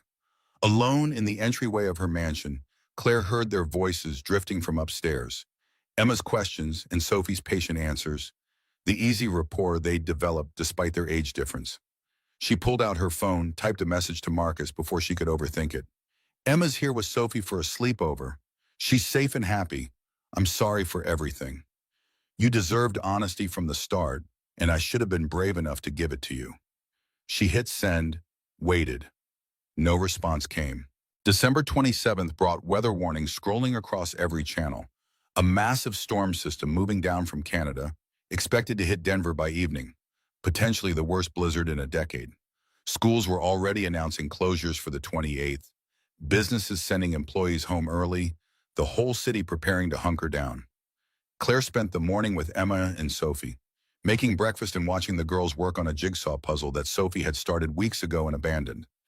Emma approached the puzzle with the same focused intensity she brought to everything, finding patterns and connections with surprising speed. She's going to be an architect, Sophie observed, watching Emma fit pieces together. Or an engineer, something that involves seeing how things work. My daddy says I think like my mommy did. Emma didn't look up from the puzzle. She was a teacher and she was really good at explaining complicated stuff. Daddy says I got her brain in his hands, which means I can understand things and also build them. Claire felt the familiar pang of grief adjacent to someone else's loss. Rachel Sullivan had been a teacher, had died the same night as David, and her daughter carried pieces of her forward in small observations and inherited talents. The cruelty of it, children who remembered their parents through fragments and stories rather than daily presence, never got easier to witness. Marcus texted around noon. Thanks for having Emma. Dan will pick her up around 4 if that works. And Claire, I'm not angry, just need some time to process everything. Not angry, but needing distance, which somehow felt worse. Claire typed 3 different responses and deleted them all, finally settling on 4 works. Take whatever time you need. Dan arrived at 4 exactly, a younger version of Marcus with the same solid build and careful manners. He thanked Claire for keeping Emma, mentioned that Marcus was dealing with some emergency planning for the storm, making sure job sites were secured, equipment protected, crew members who lived in rural areas sent home early. After Emma left, Sophie retreated to her room with her phone, leaving Claire alone with weather reports and the hollow feeling of having lost something before fully having it. She tried to work, to review documents for the January 2nd board meeting, but concentration was impossible. The weather warnings were growing more urgent. Storm expected to hit by 7 p.m., possibly dumping 2 feet of snow, winds up to 50 miles per hour. Whiteout conditions. Her phone rang at 5:30. Not Marcus, but a Colorado Springs area code she didn't recognize. Miss Bennett, this is the front desk at the Marriott Colorado Springs. We have a Sophie Bennett checked in here who listed you as her emergency contact. She asked us to call because she's sick and needs... Wait, what? Claire's stomach dropped. Sophie's upstairs in her room. I'm looking at her driver's license right now, ma'am. She checked in 2 hours ago, says she has the flu, high fever, and needs someone to bring her medication. Claire took the stairs 2 at a time, burst into Sophie's room. Empty, bed made, overnight bag gone, note on the pillow. Went to visit CU Boulder campus for admitted students weekend. Back Sunday. Don't freak out. The date was wrong. Admitted students weekend wasn't until February. And Sophie wouldn't have left without permission unless something was seriously wrong. Claire grabbed her phone, called Sophie. It rang 4 times before a weak voice answered. Before you yell, I was going to tell you. I drove down to check out Boulder yesterday, stayed in a cheap hotel, woke up this morning feeling terrible. Fever, chills, the works. Managed to get to a better hotel, but I'm pretty much useless. I already called a doctor service. They said it's probably flu, gave me prescriptions. I'll be fine in a day or 2. You drove to Boulder without telling me? You're 17, Sophie, and you're sick in a hotel alone with a blizzard coming? Claire was already grabbing her keys, her coat. I'm coming to get you. Claire, there's a massive storm. The news says don't travel. I'm in a hotel with room service and HBO. I'll survive.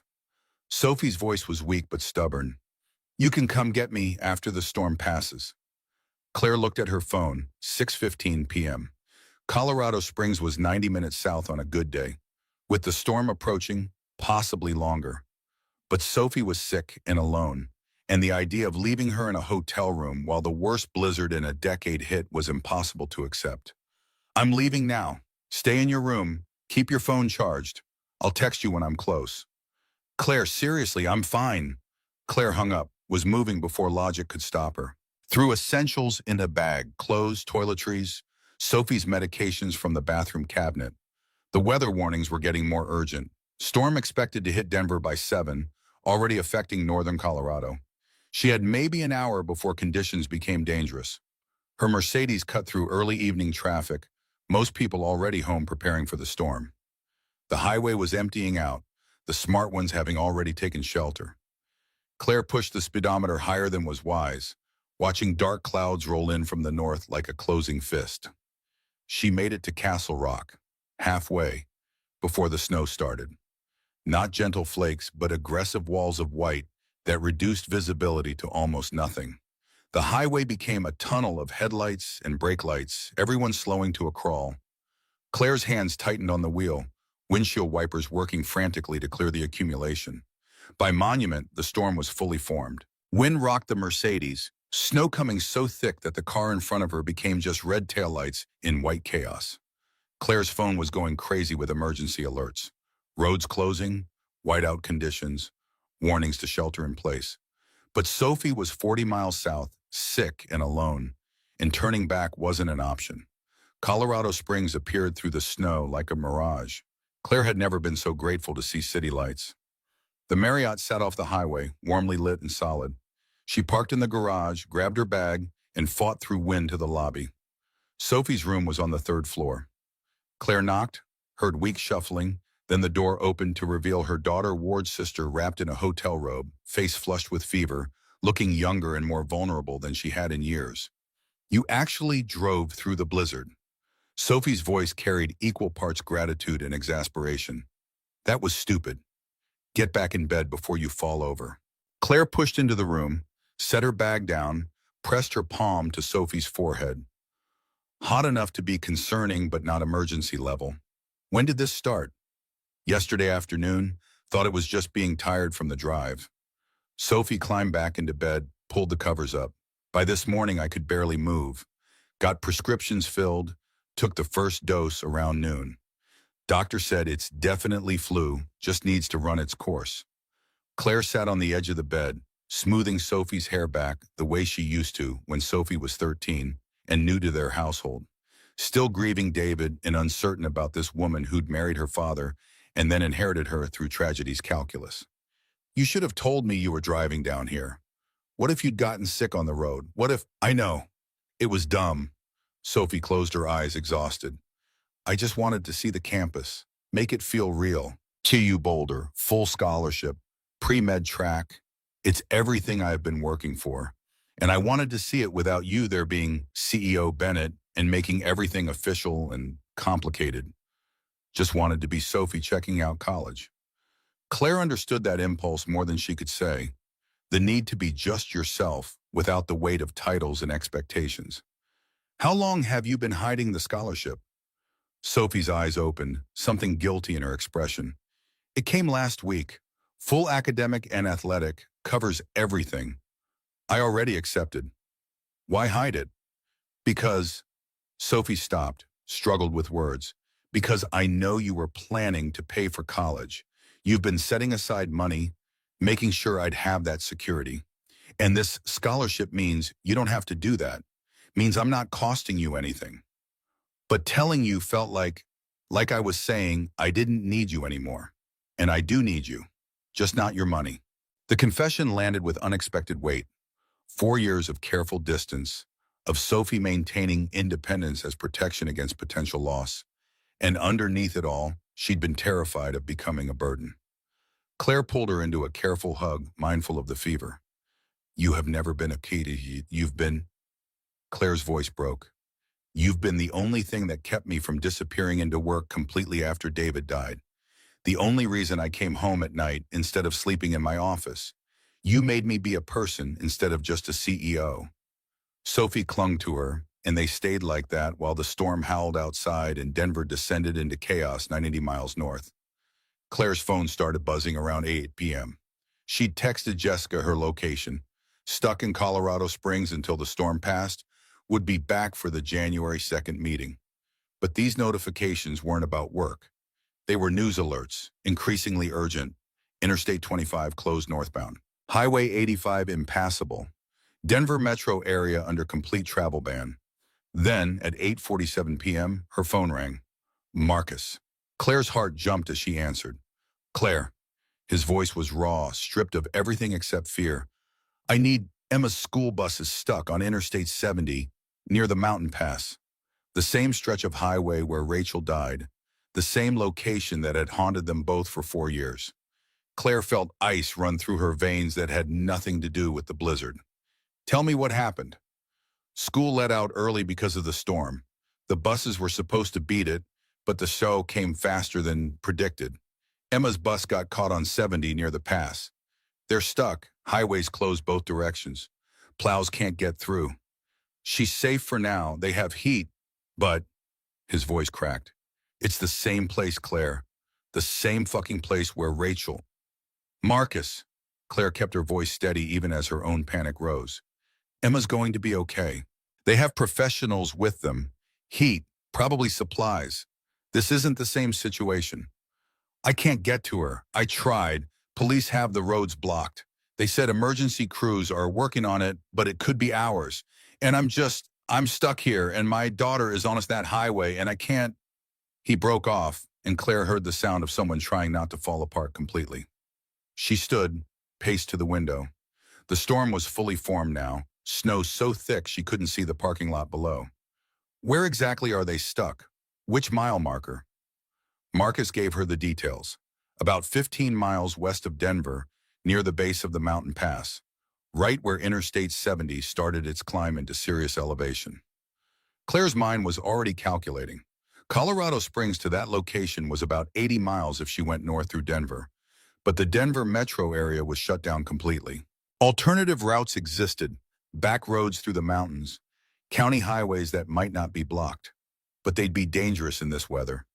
She looked at Sophie, asleep in the hotel bed, fever-flushed but stable, looked at her phone showing road closures and emergency warnings, looked out at the storm that every rational voice said not to drive through. I'm in Colorado Springs, she heard herself say. I came down because Sophie got sick. I can try to reach them from this direction. Take 24 west, cut through to 70. It's back roads and mountain passes, but it might be open. Claire, no, that's insane. You can't drive through this. Your daughter is on that highway. Our daughters, Emma and Sophie, have been talking about being sisters. That little girl matters to me." Claire was already moving, grabbing her coat, her keys. "I'm going. Text me the exact location and the bus number." "Claire, please, I can't. If something happens to you, nothing's going to happen." Claire didn't believe it, but said it anyway. Said it with enough conviction that maybe Marcus would believe it, even if she didn't. "I'll get to Emma, I promise." She hung up before he could argue more, before her own fear could talk her out of it. Sophie stirred as Claire moved around the room. "Where are you going?" Sophie's voice was thick with sleep and fever. "Emma's stuck on Interstate 70. Same place Rachel died. Marcus can't get to her. Roads are blocked from Denver. But I can approach from here. Back roads through the mountains. I'm going to get her." Sophie pushed herself up on her elbows, fever-bright eyes sharp with concern. "That's crazy. You'll get stuck too, and then Marcus will have his daughter and you both in danger." "I can't leave her there." Claire was putting on layers, preparing for worst-case scenarios. "She's 8 years old and terrified and stuck on the highway where her mother died. I can help." "This is about more than helping Emma." Sophie's voice cut through Claire's frantic preparation. "This is about proving to Marcus that you're not the person who lies and runs away. This is about redemption." The accuracy stung. Claire stopped, met Sophie's eyes. "Maybe it is, but that doesn't make it wrong." Sophie studied her for a long moment, then reached for her phone. "Text me every 15 minutes. If I don't hear from you, I'm calling Highway Patrol and reporting you missing." "And Claire," she paused, "don't die trying to prove something. Emma needs you alive, not heroic." Claire squeezed Sophie's hand, promised to be careful, and walked out into the storm. The Mercedes handled snow better than most sedans, but this was beyond normal winter driving. Claire took Highway 24 west from Colorado Springs, the road immediately becoming treacherous. Wind buffeted the road, snow piling up faster than the wipers could clear it. She passed exactly 3 other vehicles in the first 30 minutes. Emergency vehicles with lights flashing, heading towards some other crisis. Her phone showed the road. 24 west to Woodland Park, then north on 67 through the mountains to connect with 70. About 70 miles of increasingly dangerous road that might not even be passable. But it was away from Denver's closed highways, away from the official blockades, and it was the only chance of reaching Emma. The first hour was pure concentration, watching for ice patches, navigating curves where the road disappeared into white, maintaining speeds steady enough to keep momentum, but slow enough to stay controlled. Claire's hands ached from gripping the wheel.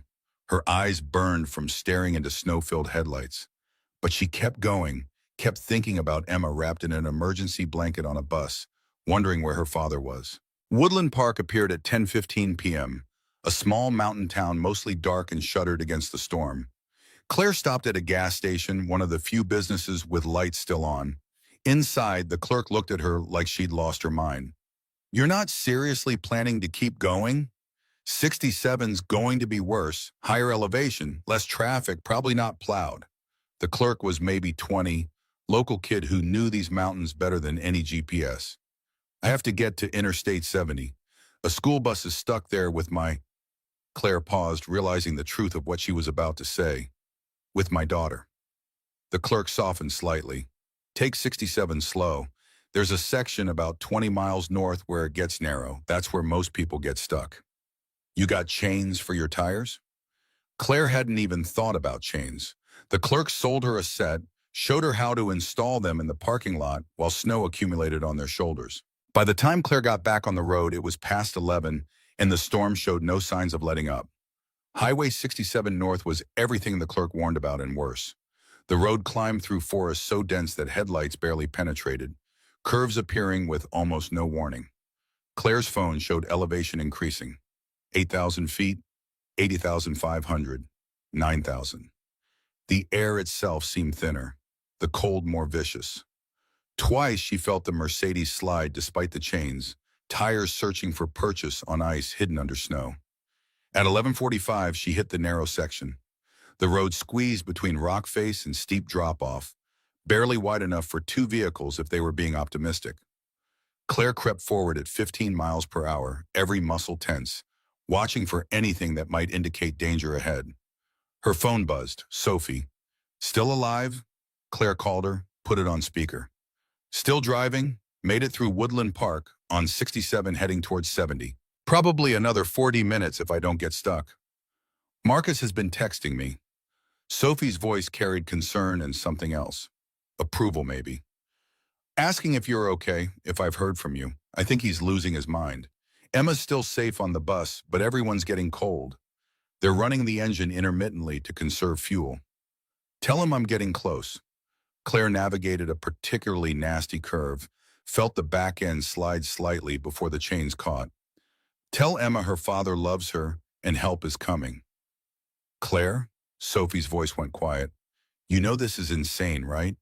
Driving through the worst storm in a decade on mountain roads to rescue a kid you've known for a week? I know. Good. Just wanted to make sure you understood the magnitude of your own crazy. Sophie paused. I'm proud of you. This is the most human thing I've seen you do in 4 years. The words landed somewhere deep in Claire's chest. She'd spent 4 years being CEO Bennett, being the ice queen who could survive board coups and lawsuits and corporate warfare. But she'd forgotten how to be Claire, who did brave, stupid things because they were right rather than strategic. Get some sleep, Claire managed. I'll text when I get there. Highway 67 finally intersected with Interstate 70 at Silverthorne, dropping down from the mountains to rejoin civilization. The interstate was closed officially, but not physically blocked this far west. No police barricades, just empty pavement under feet of snow. Claire turned east, following the road toward Denver, watching for any sign of the stranded bus. She found them at 12:40 a.m., a cluster of emergency lights barely visible through the snow. The school bus sat jackknifed across 2 lanes, surrounded by fire trucks and highway patrol vehicles that must have fought their way up from the west. Claire pulled over, grabbed the emergency blanket from her trunk, and fought through thigh-deep snow toward the bus. A firefighter intercepted her before she reached it. Ma'am, you can't be here. Road's closed, and we're in the middle of evacuating these kids. I'm here for Emma Sullivan. Her father asked me to... Claire stopped, realized how absurd that sounded. I drove from Colorado Springs. I need to see her. The firefighter studied her, probably seeing expensive coat and designer boots completely inappropriate for blizzard rescue. But something in Claire's expression must have convinced him because he gestured toward the bus. Sullivan's the little girl with dark hair, kept asking when her dad was coming. She's inside with the others, waiting for the warming vehicles. We're transporting them in waves to the fire station. Claire climbed onto the bus, emergency lighting, casting everything in harsh angles. 20 children ranging from kindergarten through 5th grade sat wrapped in emergency blankets, most looking more bored than scared at this point. Emma sat near the back, squeezed between 2 older kids, her face pale but composed until she saw Claire. You came! Emma's composure shattered into 8-year-old relief. She lunged out of her seat, wrapped her arms around Claire's waist. Daddy said you were stuck in Colorado Springs with Sophie. How did you get here? I drove. Claire knelt down, checked Emma over automatically. Cold, but not dangerously so. Scared, but holding together. Your dad's waiting for you. He wanted to be here himself, but the roads from Denver were completely blocked. So I came instead. Through the storm, Emma's eyes went wide. That's really dangerous. Daddy says you should never drive in blizzards because you can't see and you might crash like... She stopped, face crumpling, as the location and its history caught up with her. Claire pulled Emma close, feeling the child shake with suppressed tears. You're safe. Your mom would be so proud of how brave you've been. The firefighters loaded kids into heated vehicles in groups of 5, prioritizing the youngest first. Emma clung to Claire's hand through the whole process, refusing to let go even when they tried to separate them for transport. Finally, one of the firefighters, older woman with kind eyes, made an exception. You can ride with her to the fire station. Her father's meeting us there. The transport vehicle was warm and cramped. Emma pressed against Claire's side while 3 other children chattered about their adventure with the resilience of youth. Claire texted Sophie. Found Emma, both safe, heading to fire station. Then before she could overthink it, Marcus, I have Emma. She's safe. We're going to Fire Station 12 near the highway. She's cold and scared, but unharmed. His response came immediately. Thank you, I'm already there. I've been waiting. Claire, thank you. Fire Station 12 was controlled chaos. Parents arriving to collect children, firefighters processing paperwork, coffee and hot chocolate flowing freely. Claire walked in with Emma attached to her side and spotted Marcus immediately. He stood near the back, still wearing his construction work clothes, face haggard with fear and relief. Emma saw him and ran, crashed into him with the force of someone who'd been holding terror at bay through sheer determination. Marcus dropped to his knees, wrapped his daughter in his arms, and Claire watched his shoulders shake with sobs he had probably been suppressing since the first call about the bus. Claire stayed back, giving them space, suddenly aware of how she must look. Hair wild from wind, coat soaked, boots caked with snow. She'd driven 80 miles through mountain passes in the worst blizzard in a decade, and now that Emma was safe, the adrenaline was draining away, leaving only exhaustion. Marcus finally looked up, met Claire's eyes over Emma's head. The raw gratitude in his expression made her chest ache. You drove from Colorado Springs, through the storm, for Emma. His voice was rough with emotion. I couldn't leave her here. Claire took a step forward, then stopped, uncertain of her welcome despite everything. Marcus, Daddy, Claire drove through the mountains, and it was really dangerous, but she came anyway because she knew I was scared. Emma pulled back from her father, looked between them with the perceptive understanding of children who see what adults try to hide. Are you still mad at her? Because she drove through a blizzard to help me, so maybe you could not be mad anymore? Marcus stood, his hand still on Emma's shoulder. I was never mad, just... He looked at Claire, something shifting in his expression. Just scared, of being hurt again, of letting someone in who might leave. I'm not leaving. The words came out with more certainty than Claire had felt about anything in years. I drove 80 miles through mountain roads in whiteout conditions because Emma mattered enough to risk it. Because you matter, because this... She gestured between them, encompassing everything they'd built and broken and were maybe rebuilding. This is worth fighting for. Emma tugged her father's sleeve. Daddy, I'm really tired, and also I need to use the bathroom, and maybe we could have this conversation somewhere that isn't a fire station with a lot of people watching. Marcus laughed, the sound breaking tension. Yeah, kiddo, let's get you home. They couldn't go home, not immediately. Interstate 70 was still closed eastbound. Denver's road ban remained in effect. The fire station was setting up temporary shelter for stranded drivers, cots and blankets in the garage bay. Marcus signed Emma out of official custody, and they found themselves sitting in the station's break room, drinking terrible coffee while Emma fell asleep on a cot nearby, exhausted by fear and relief in equal measure. I need to tell you something. Marcus spoke quietly, watching Emma sleep. When you told me you were a CEO, that you'd been lying about who you were, I wasn't angry about the money. I was angry because I thought it meant we couldn't work, that we were too different, from two different worlds. Claire waited, letting him work through whatever he needed to say. But watching you drive through a blizzard for my daughter, that's not something a CEO does. That's something a person who actually cares does. And I realized I was wrong. Marcus turned to face her fully. You're not your job title or your money or the mansion you live in. You're the woman who made cookies with Emma and listened to me talk about Rachel without offering empty platitudes. You're the person who drove 80 miles through mountains in a storm because a little girl needed help. That's who you actually are. I should have told you the truth from the start. Claire needed to say it, needed him to understand. I was afraid you'd treat me differently if you knew, that you'd see the money and the position and not the person. But that fear doesn't excuse the deception. No, it doesn't. Marcus was quiet for a moment. But I understand it now, and I'm sorry too for kicking you out on Christmas without hearing you out, for making you feel like honesty would cost you everything. We're quite a pair, Claire said, both so scared of being hurt that we nearly destroyed something good before it barely started. Marcus reached across the small space between them, took her hand in his. The carpenter's calluses felt familiar now, real in a way that corporate handshakes and business transactions never had. Claire Bennett. He said her name like he was testing its weight, seeing how it fit with everything else he knew about her. CEO, liar, Christmas cookie decorator, blizzard rescuer. Who are you really? I'm someone who spent 4 years hiding behind work and money and corporate armor.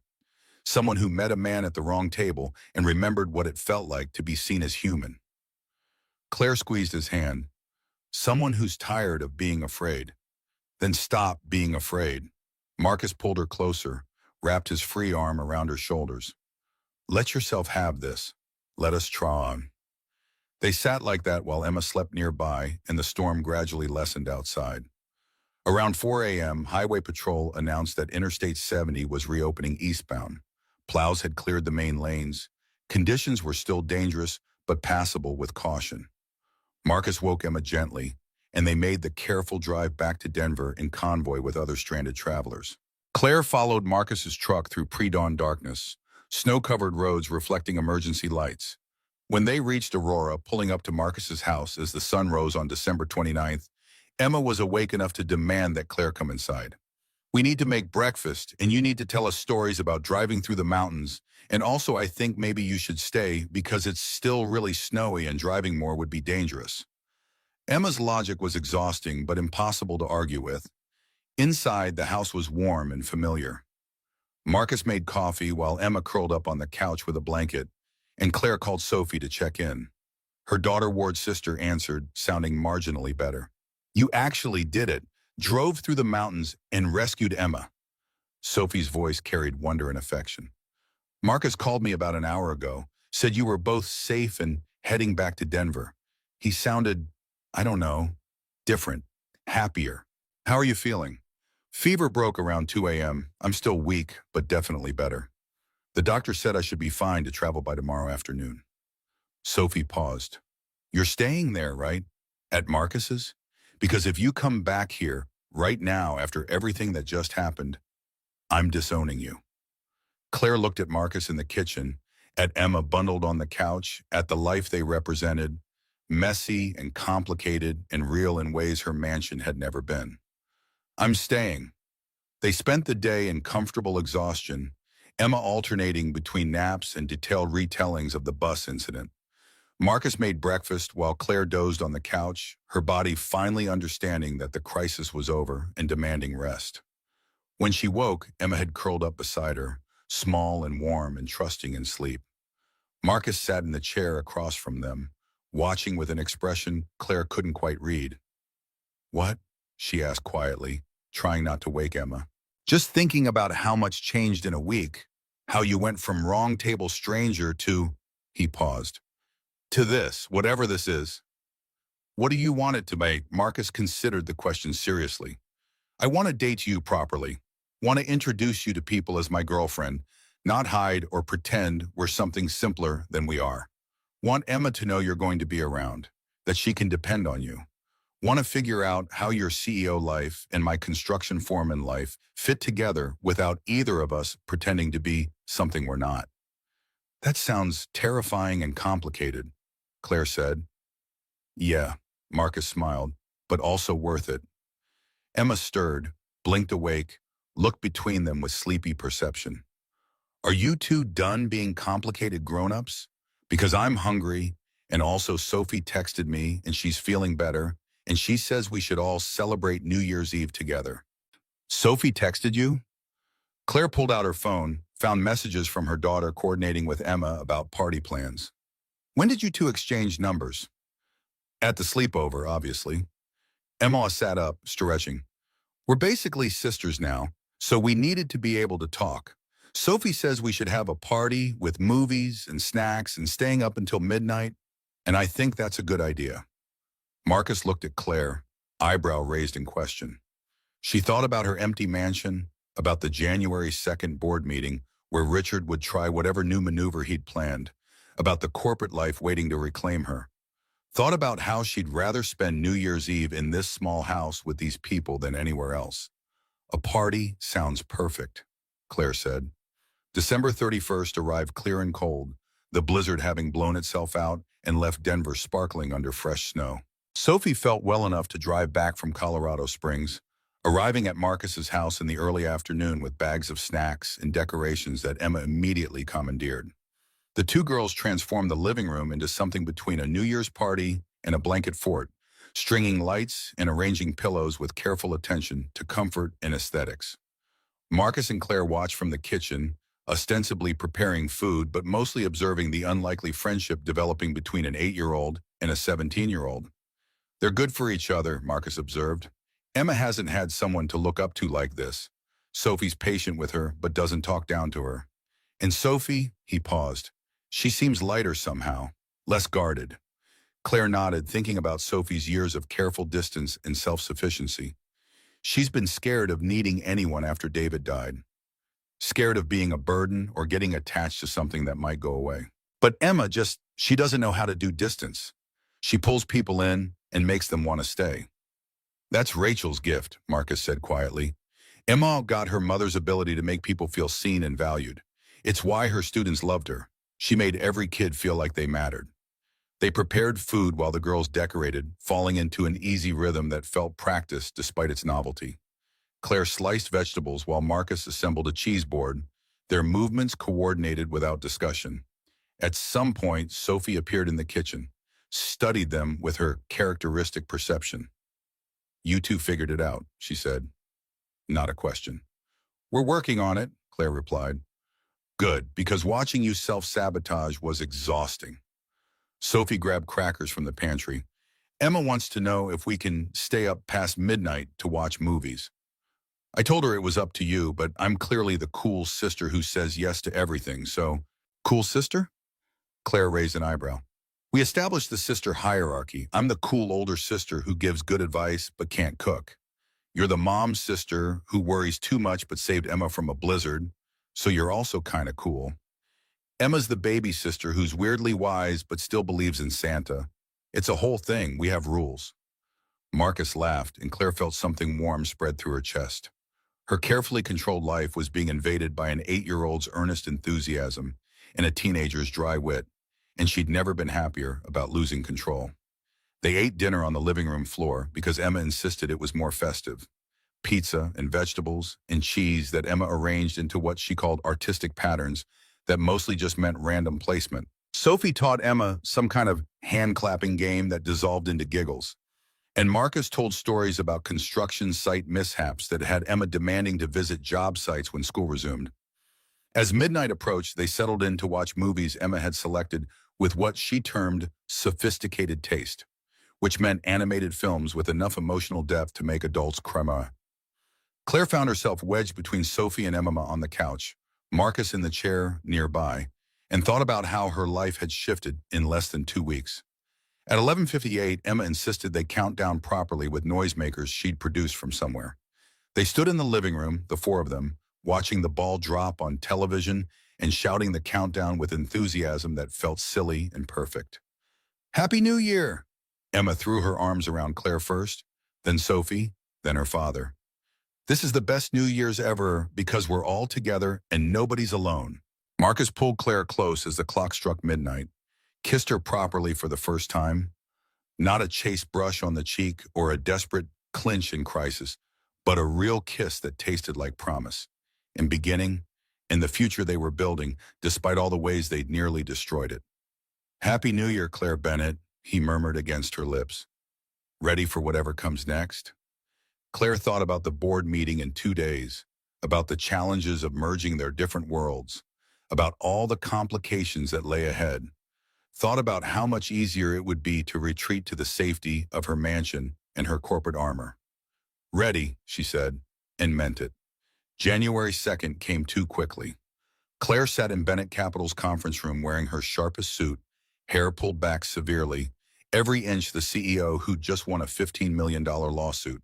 Richard Chen sat across from her with his usual allies, and this time she was prepared for whatever move he'd planned. "Before we begin," Claire started, taking control before Richard could launch into whatever speech he'd prepared, "I have an announcement.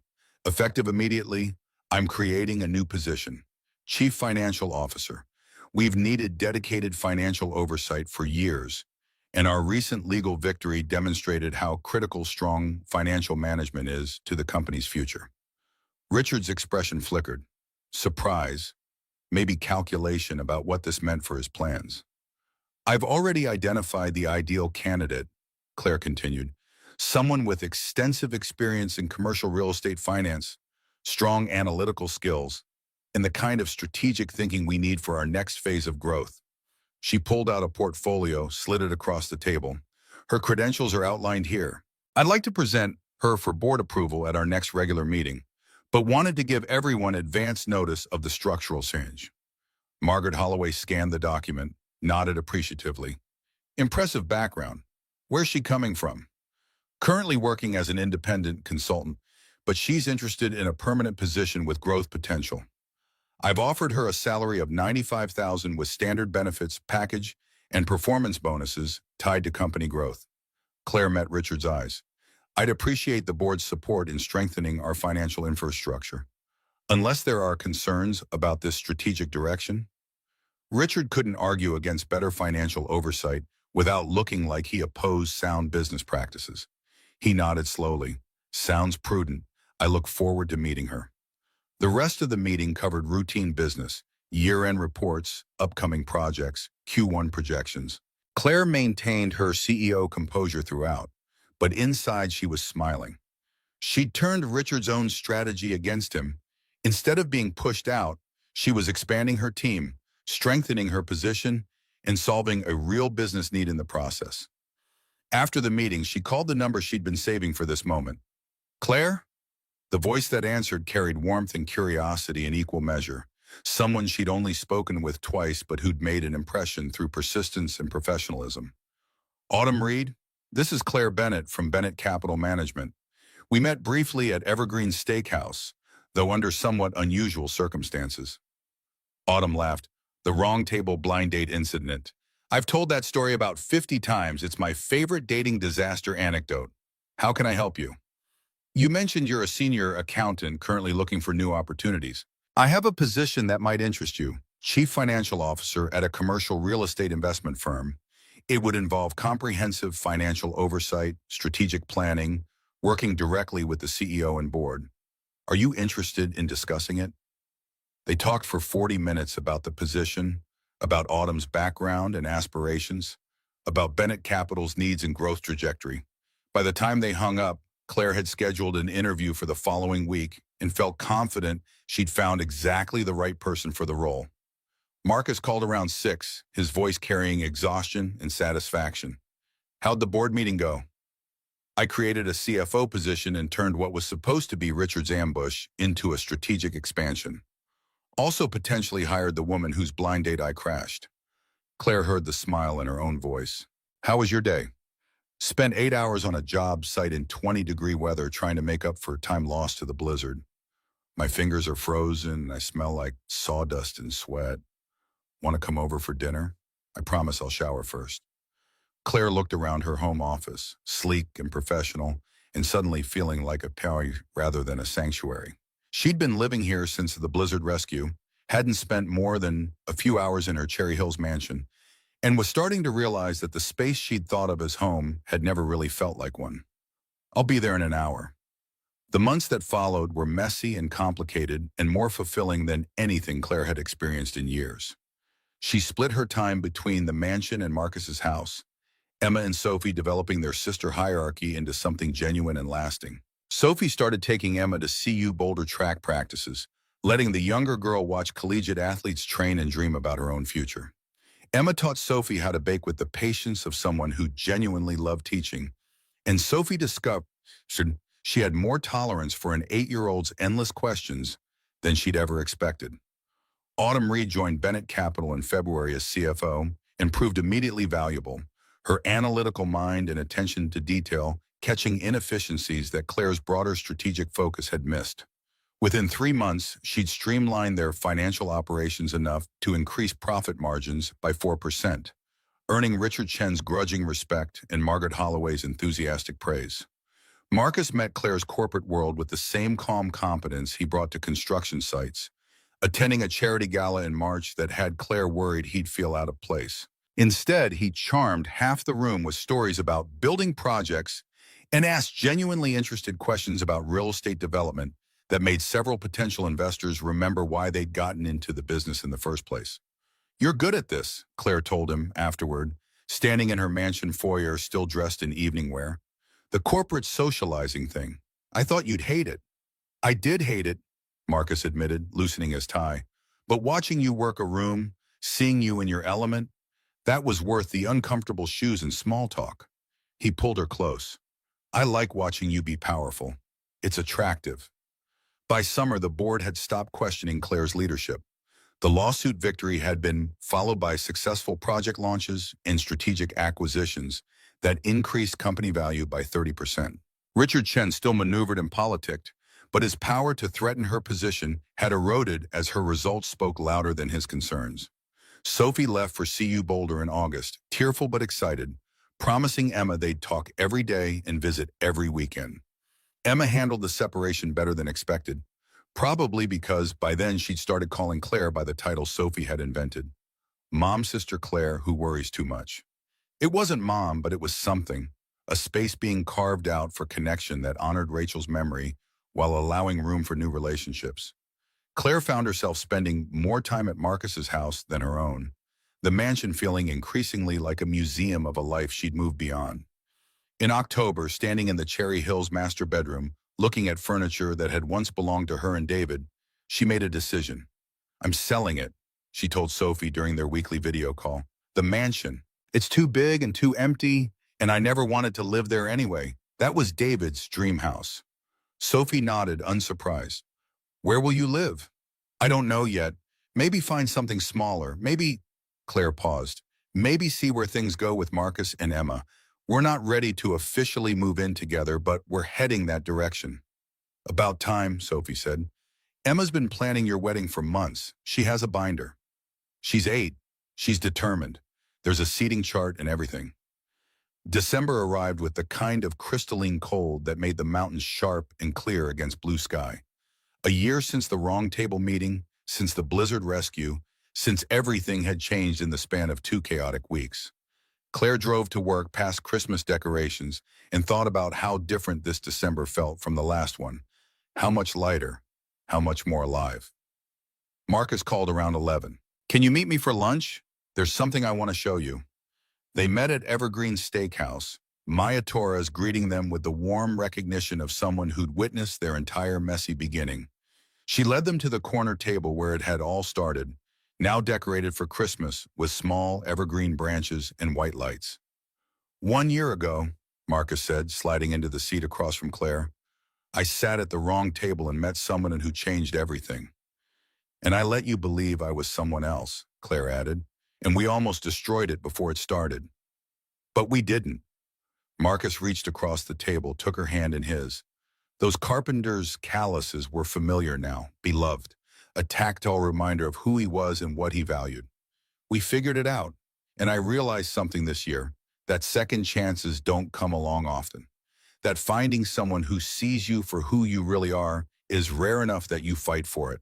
He pulled a small box from his pocket, and Claire's breath caught. Claire Elizabeth Bennett, CEO, Blizzard Rescuer, Emma's mom, sister who worries too much.